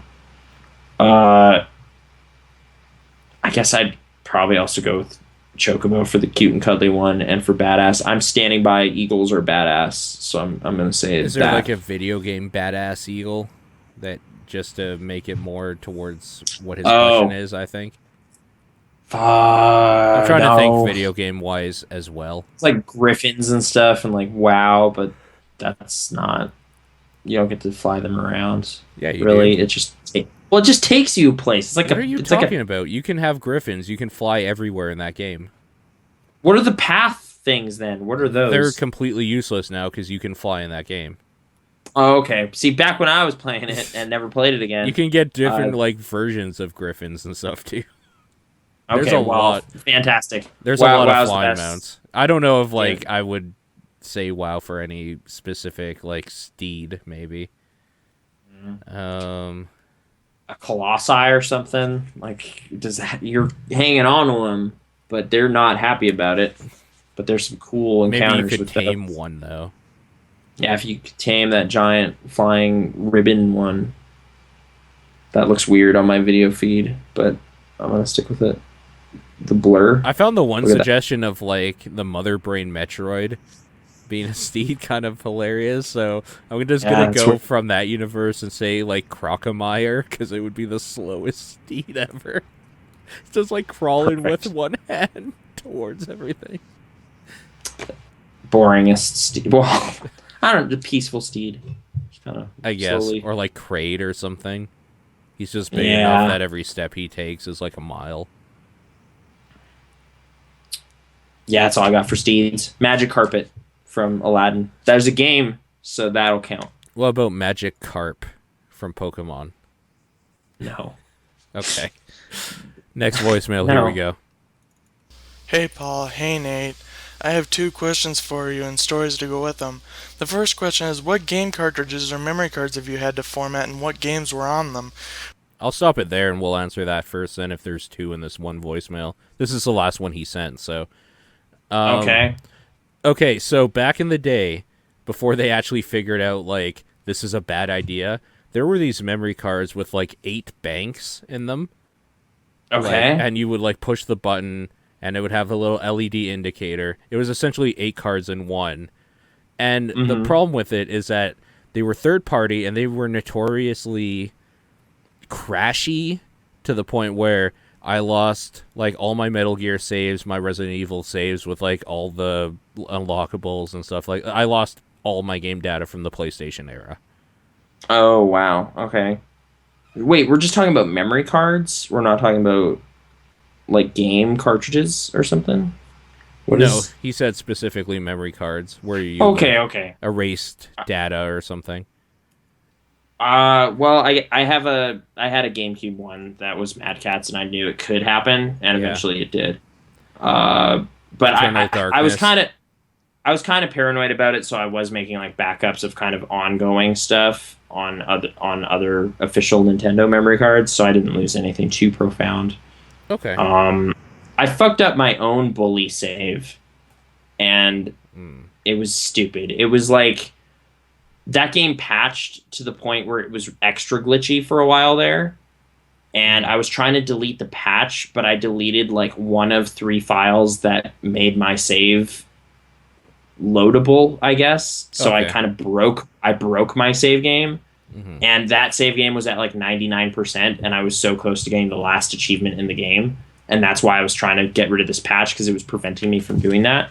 So that wasn't a memory card thing, but it was kind of a screwing with the memory in the hard drive, I guess, of the 360, and I screwed up everything. So Like, if we go that was route, tragic. Yeah. before they figured out, like, cloud saving and all that sort of thing, I lost my Yeah. Mass Effect 1 save on PC and had to play through it again for when Mass Effect 2 was coming out. Because I deleted... And you did? Yeah, like, Mass Effect That's 1, awesome. I had everything done and unlocked, and, like, I went to every planet, everything.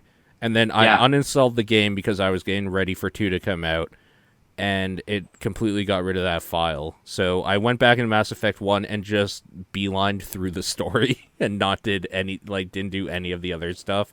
That game is really Oh, short weird. if you don't do extra stuff. Huh. Okay. That's So- commitment, though. Okay, let's continue on with his voicemail. For example, one of my worst memories of having to format a memory card comes with the Wind Waker. I was so far in that game. All I needed to do was gather the rest of the Triforce and I was almost done. If that memory card hadn't have had to have been formatted, it wouldn't have been just this year or last year that I first beat that game. That put a fucking stop to my first playthrough for quite a while. I love The Wind Waker, but the pain of that memory. My next question is, what games have you accidentally deleted? For example, when you start a new game and you accidentally save over a good file.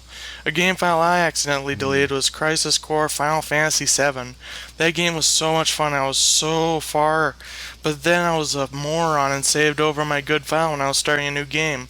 Hopefully I'll see you at the stream, but I can't guarantee it because every time I think I figured out when you will stream, Paul starts at a time I wasn't expecting. That was my offline Star Trek time, Paul. No computers allowed.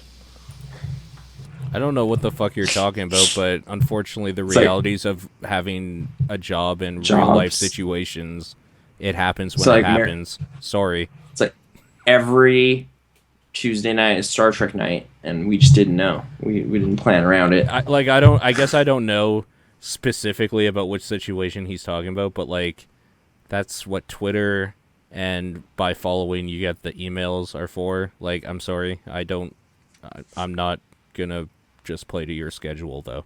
So that's what We should happens. personally email everybody and be like, "Hey, you guys, is this time Honestly, okay?" like it gets to a point where we almost should, because Twitch like barely even sends out emails anymore. It comes like 3 hours later.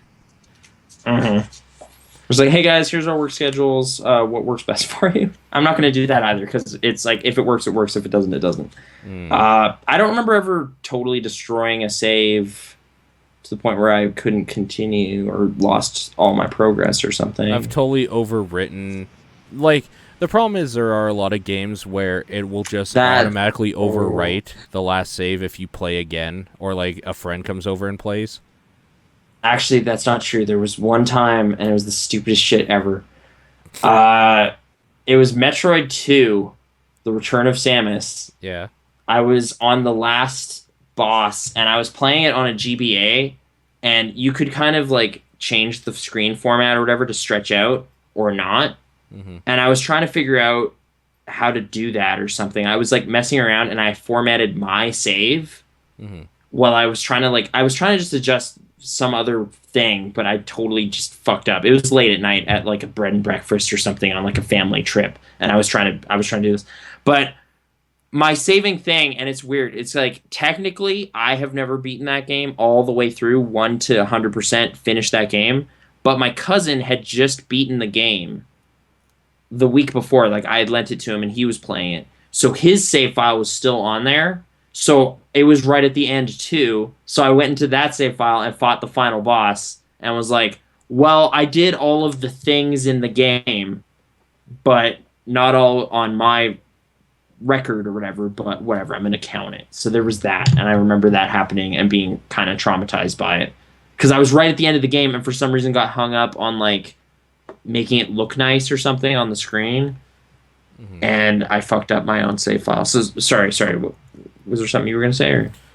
Like, I accidentally like saved over a Crazy Taxi save with some stuff unlocked. Like, there was never anything like really bad, but what I was originally saying is that a lot of games now are just like, this is a single player experience, there's only one save slot, so like if you start the game again, or if your friend comes over, it's like, hey cool, I'm gonna play this or whatever, it could like, it'll do the like, your progress will be deleted or whatever, and then you have to start from the beginning. That's a bad that's bad game design there too though. Oh man, so there was like a you know how I said like every summer I would play NES games at my grandparents' house? Yeah. There was one time where I was playing on the Zelda cart, and I had my save file going, whatever, and there was like a like the second quest completed file also on the cart, and I was just like, I don't think I saved over, but I like bumped the cart, or like the battery went weird or something, like it lost that save. Like, it wasn't like I saved over it. It's like that file just disappeared. And I was like, oh no, by playing this, I totally screwed up this dude's save. And like, we're going to see that guy later. And I was like, I was like, dude, I'm so sorry. I erased your save. I was like, dude, that's like the 5th time I've done that. Like, I don't care. Like, it's like, whatever. Like, he plays Zelda all the time. It wasn't even a thing. But I was like really worried he'd be pissed. And I was like, oh no, that's fine. Cause like this one time I was at a friend's house and we were playing Super Mario World. And I don't know if you've have I told this this story? I don't know. You have told this to me before, like in person. I don't know if Okay. you've ever done it like on God, it was wax the or worst. whatever. I don't know if we've said it, but if I have, I apologize. We were playing Super Mario World, and the save thus far had none of the coin block things had like the coins, the block switches had been punched. So like all those kind of yellow and green and blue blocks were just blank, and I was like, "What the hell? Why wouldn't you hit those? Those are really fun levels." And it's just like, "Oh yeah, I heard if you hit those, if you play the whole game without hitting those, you unlock something crazy." And it's like, nah, that's not true. So I just did those, and then like we were still playing like for half an hour or something. The mom's boyfriend or whoever was working on that save file came in and was like, "What the? Why'd you press those?" And then just like slammed the eject button on the Super Nintendo, and the cart just like jumped out of the system. And I was just like so mortified. Like immediately, I was just like, "I'm so scared. Like this is the worst shit." Like settled. I'm like an adult is yelling at me because I'm playing Super Nintendo. Everything is wrong, and I was like not happy at all. So yeah, I'm extra paranoid about fucking up other people's saves after that because they might be super invested and hate you over the dumbest thing ever. It's so dumb. Hashtag Gamergate. That's not next voicemail. That's how it really started. That's how it really started. Okay, It's here like we 20 go. years ago. Hello, Paul. Hello, Nathan. It's me out 900 again. Oh, hey. The show's been good. Been waiting for movies, and I saw that trailer for the Avengers Ultron movie. And for some reason, Jane. whenever I hear the name Ultron, I think of it like it's a Transformers robot. Because, it has Tron at the end. Right. So, Tron equals robots. So I think it's like a Pretty Transformers unoriginal. villain, even though it's like in a Marvel universe. It's very strange. Anyways, have you ever had this weird conundrum where you hear a certain name, whether it be in real life or in a fantasy thingies, where you think that this name belongs to something, but it's actually in something else? And sometimes in my cases, I think names belong to a certain gender, but then I find another gender with the same name, and then my mind is blown. Has this ever happened? No? Yeah. Well, I don't know, not like the pop culture part, but like the gender thing Sure. of like some old names like Ashley and Aubrey used to be guys' names, Yeah. but now they're not. Like the Evil Dead. His name's Ashley. What? Oh yeah, right. But short. Yeah. Exactly. So that has been kind of a just generational shift thing that's been like, what? What are you talking about? Every Ashley and Aubrey I know are women, so what? And it's just like, yeah, no, but you go back 200 years, and that was not the case. It's like, oh, that's kind of crazy. The Ultron, Robotron, Megatron, all that Tron stuff. Yeah, that it is kind of a generic name. James Spader plays the evil robot in that though, so that's okay. I guess.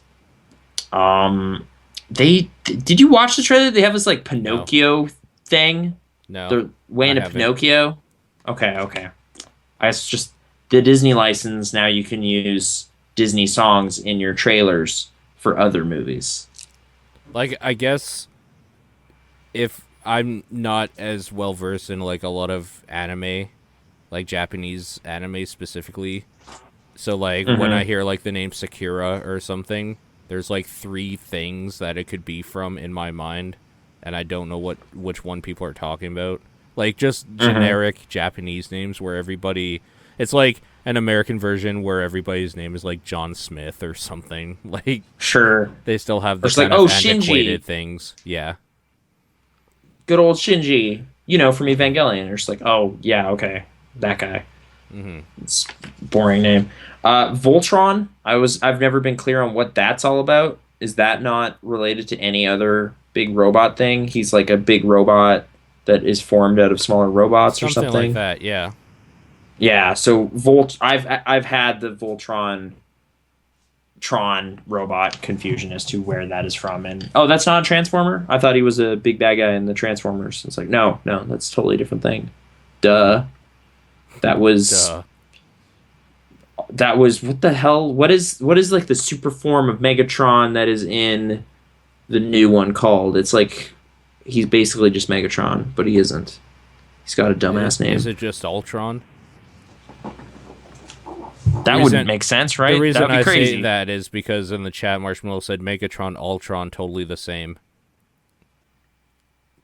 I don't know. He's probably being sarcastic, I don't know if he's referring though. to that or he's basically just saying, like, basically the same premise. Big bad. Well, and then he goes on to say Segatron, most powerful robot. It does what Nintendo don't.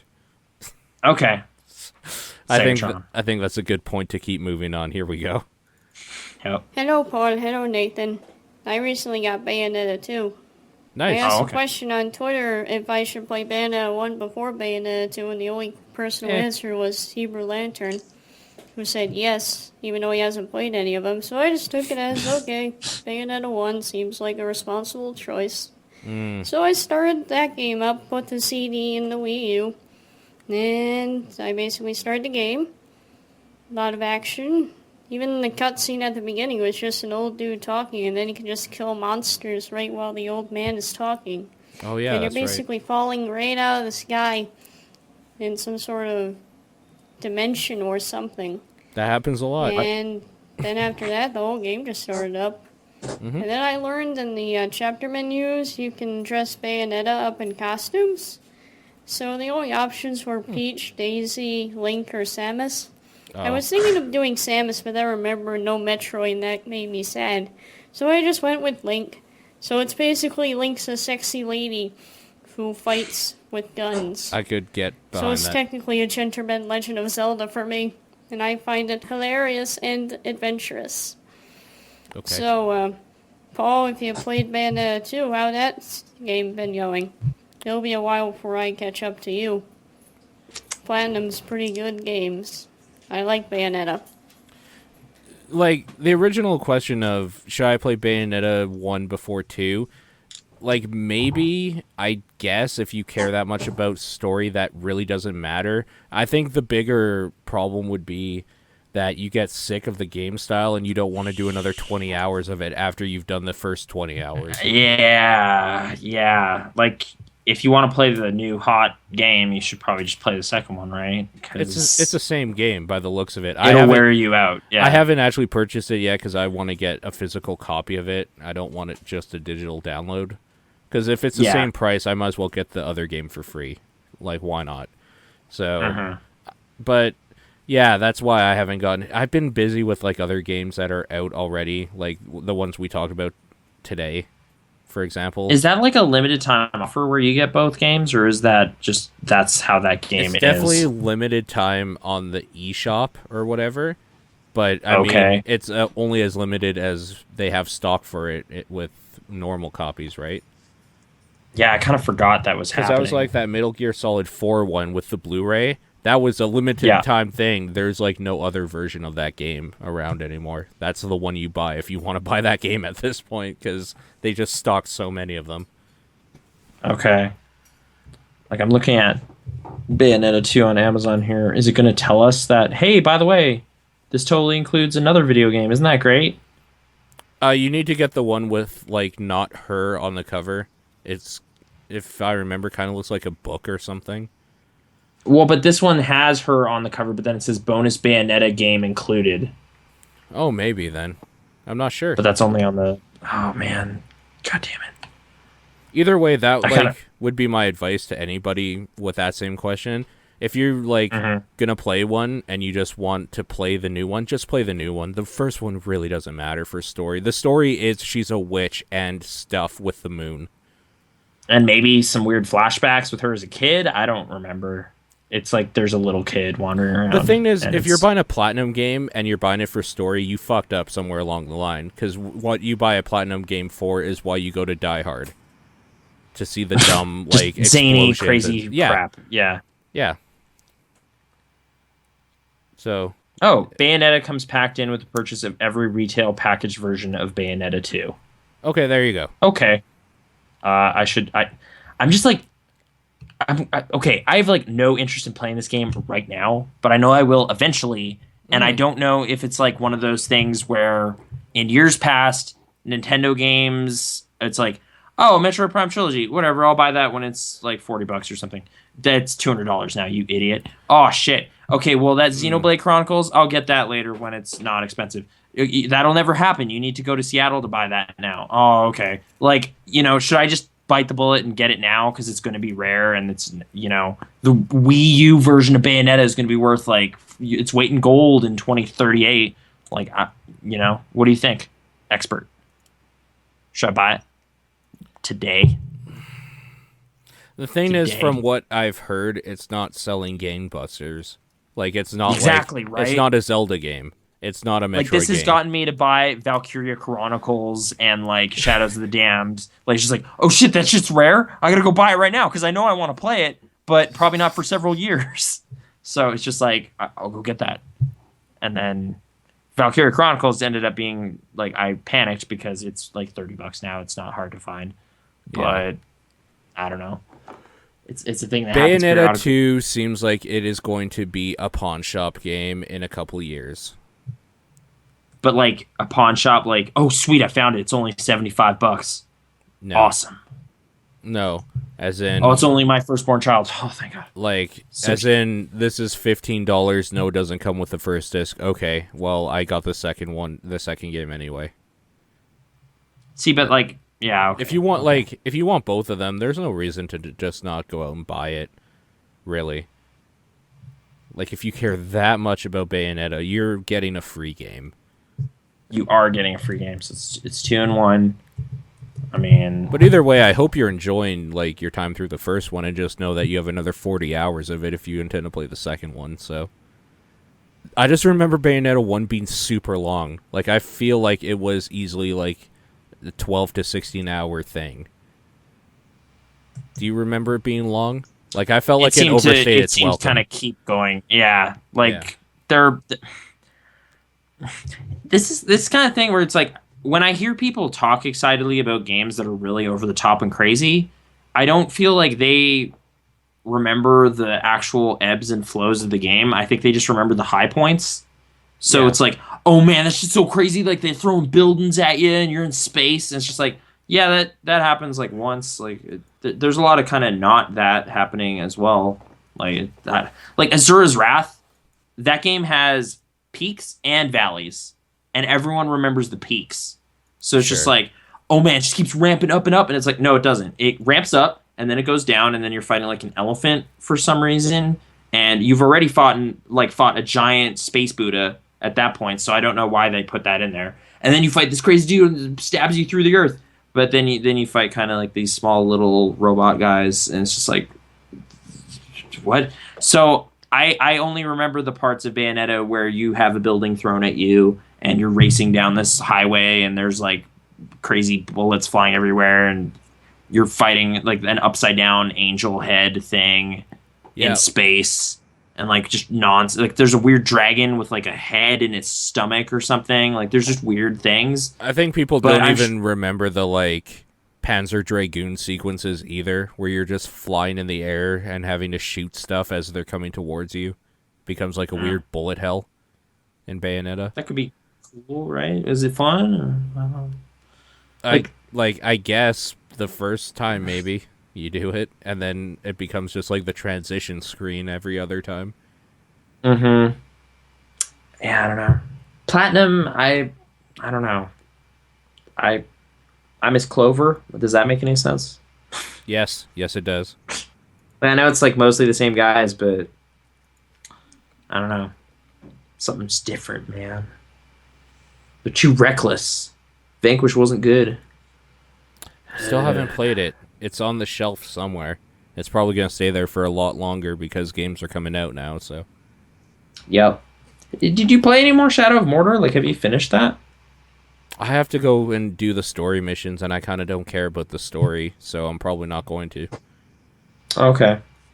Just if you want to kill some orcs, just jump in there and kill some orcs. But I've killed the big orcs, so, like, there's no... like, as far as I'm concerned, I am done that game, because I killed the war chiefs. But it's like, you gotta avenge your family. It's like, eh. It's like, he doesn't care, I don't care. I did. I killed a bunch of orcs. Like, I've killed... Let's not even talk about the war chiefs. I've killed, like, maybe hundreds of orcs. We're good. Okay. Last voicemail. Is it last voicemail? Here we go. Smash Bros. Hype happened last Thursday. I mean, a lot of stuff was announced, like Oh, all yeah. the crazy Smash Direct. arenas you can fight in, maybe some more characters, music. I don't know. A lot of Smash talk last week. Yeah. And then the whole internet exploded when Mewtwo was revealed to come back as DLC. But it's the only for internet's people who got retarded. the Smash Bros. For 3DS and Wii U, so... Yeah, they pretty much pulled a Pokemon's move with that. And how hilarious, because Mewtwo is a Pokemon's. Yeah. Anyways. There you go. Monster Hunter. I heard Paul and... not Nathan, that other dude from the Spaghetti Cast. Ben, yeah. Whatever his name is, that guy. I'm sure he'll come back later. I'm just bad with names, you know? Fair. Anyways, yeah, I heard Paul got Monster Hunter, and he says he likes it. I got yeah. Monster Hunter during the Capcom sale, but now it's just sitting there because it's at the point where Monster Hunter is now, oh, you gotta grind, you gotta get better weapons, you gotta get better Yeah. clothing, and we don't give it to you, you have to work for it. And then I just like, I don't really want to do this, this is too much work, so I haven't been playing it for a little while. Do you have any ideas on how I can get back into doing it? Nope. Or am I just forever lazy? If that is not the type of thing you want to do in a video game, you will never want to do that in a video game. It's that simple. Sorry.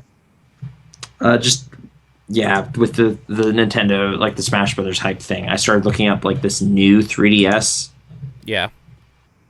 that it's different, but barely something. Well, it It's has a still the better same. processor in it. Like, the So it's kind insides of- are more powerful. So it's like the N64 expansion pack version. I guess so, because that's why they're releasing Xenoblade on it finally. Because they put a chip in or whatever that can handle a game that big. But so if we put it in our current 3DS, it'll be like, no, dude, I can't play that. Yeah, You need to. it probably won't load. You'll probably It's get like, like oh, it'll a, just look way shittier. you'll probably get like a Mario hand or like a big X or something, whatever Nintendo wants to do with that, I'm guessing. It's like, oh, you gotta buy this other thing. There's Yoshi or something, just kind of. Sorry. Yeah. Oh But- no. sorry. What was Meowth's question though? How she got to the point in Monster Hunter where she has to grind like out better gear and do that sort of thing. Are there any tips to like get her back into that? My thing is no. Like, if you never grew up with the mentality of, in a video game, I will have to play maybe for like 20 hours before I can progress comfortably. No, that's like an old Like, school. just- That's yeah. an old school RPG thing that like many of us growing up are okay with if a game holds us enough. But like, if you didn't grow up with that and you grew up with more just like action based stuff where you're just going down a path, you're seeing a cool story and some cool visuals, and you're being given new things to play with and try out, you will never get that mentality, really, if that's not how you view certain games. It just won't happen. Yeah. Which is, by the way, totally fair, because that is a very archaic way to make games, where you just have to put in so much time to like do a repetitive task to get better. That is a very, very outdated way to make games, I feel, because I don't have time anymore to do 100-hour grind sessions before I fight an end boss or something.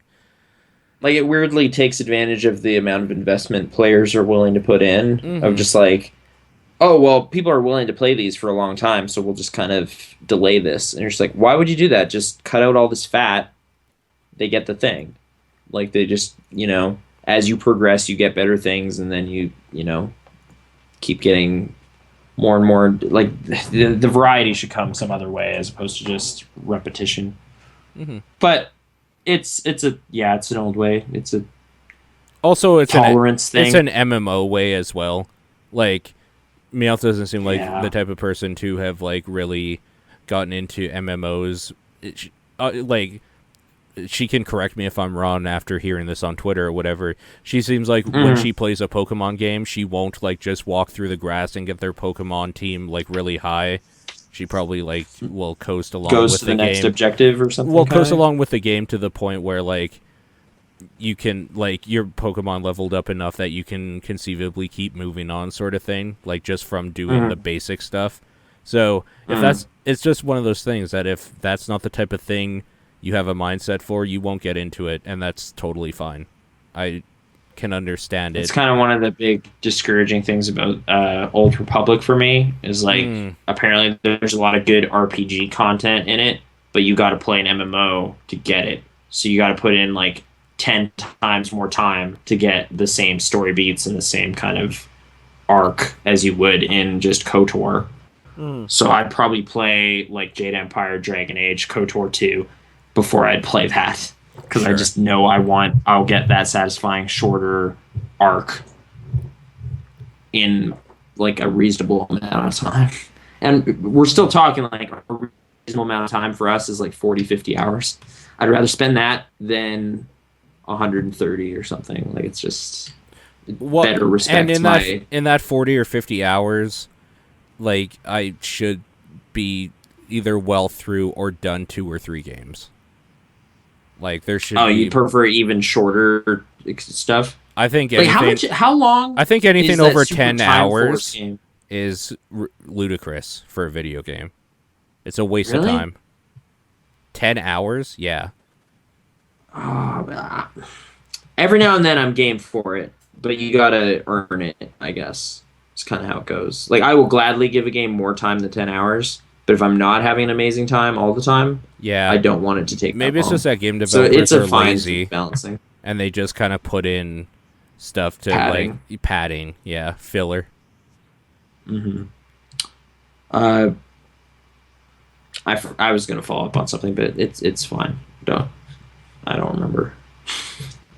Oh really? It's getting late. Yeah, I forgot. Something. Video games, they are long, and that's fine. Grinding. I don't remember. Hey, thanks for voicemailing. If you want to do that, go to burningbarrel.co. Yeah, and there's a look little for the thing there you can click. Yeah. I can't even remember what it says. I think it literally just says send a voicemail.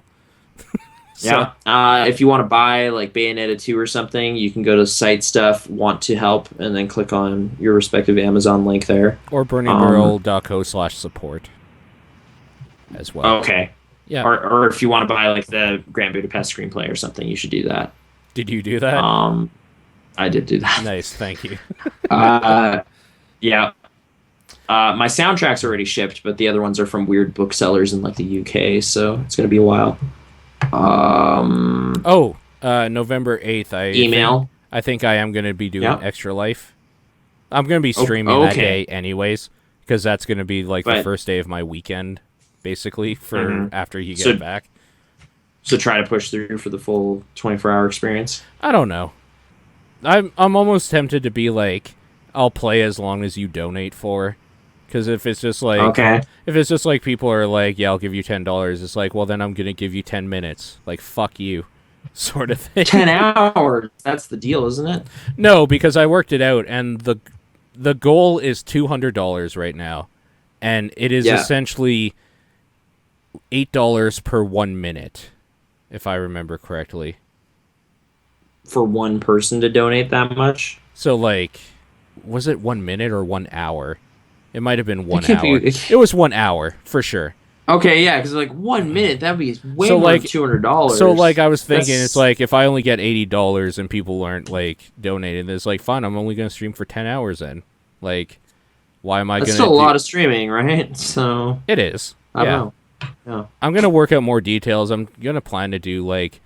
I have it set right now in my mind that if you donate $20 and up, for every $20 you donate, you'll have, like, a ticket, a digital, like, thing, and a raffle for a free game. Like, I have a bunch of keys laying around, so there's that. Or if you donate $30 or more, you can choose which game I play for, like, an hour or something. Any game on Steam, by the way. Like, I will buy a game if I don't have it and play it for an hour if you donate 30 or more. Okay. I mean, I won't buy Train Simulator and all of the DLC sort of thing. Just like base game. $1,000. base game, Yeah. basically, like, the maximum I'm thinking is, like, $60. Like, I'm not going to buy, like, a $120 game or $1,000 game for a $30 donation. Yeah. But yeah, so that's going to be happening. More shit will be released on that as I know it, basically. Also, use Stitcher. Stitcher got bought out by another company. I can't remember the name of it, but Okay. nothing's changed so far. So use that. We're on iTunes again, so that's good. Other than that, I think that's it for us this week. So we'll talk to you in 2 weeks when Nathan gets back. But as always, keep the barrels burning.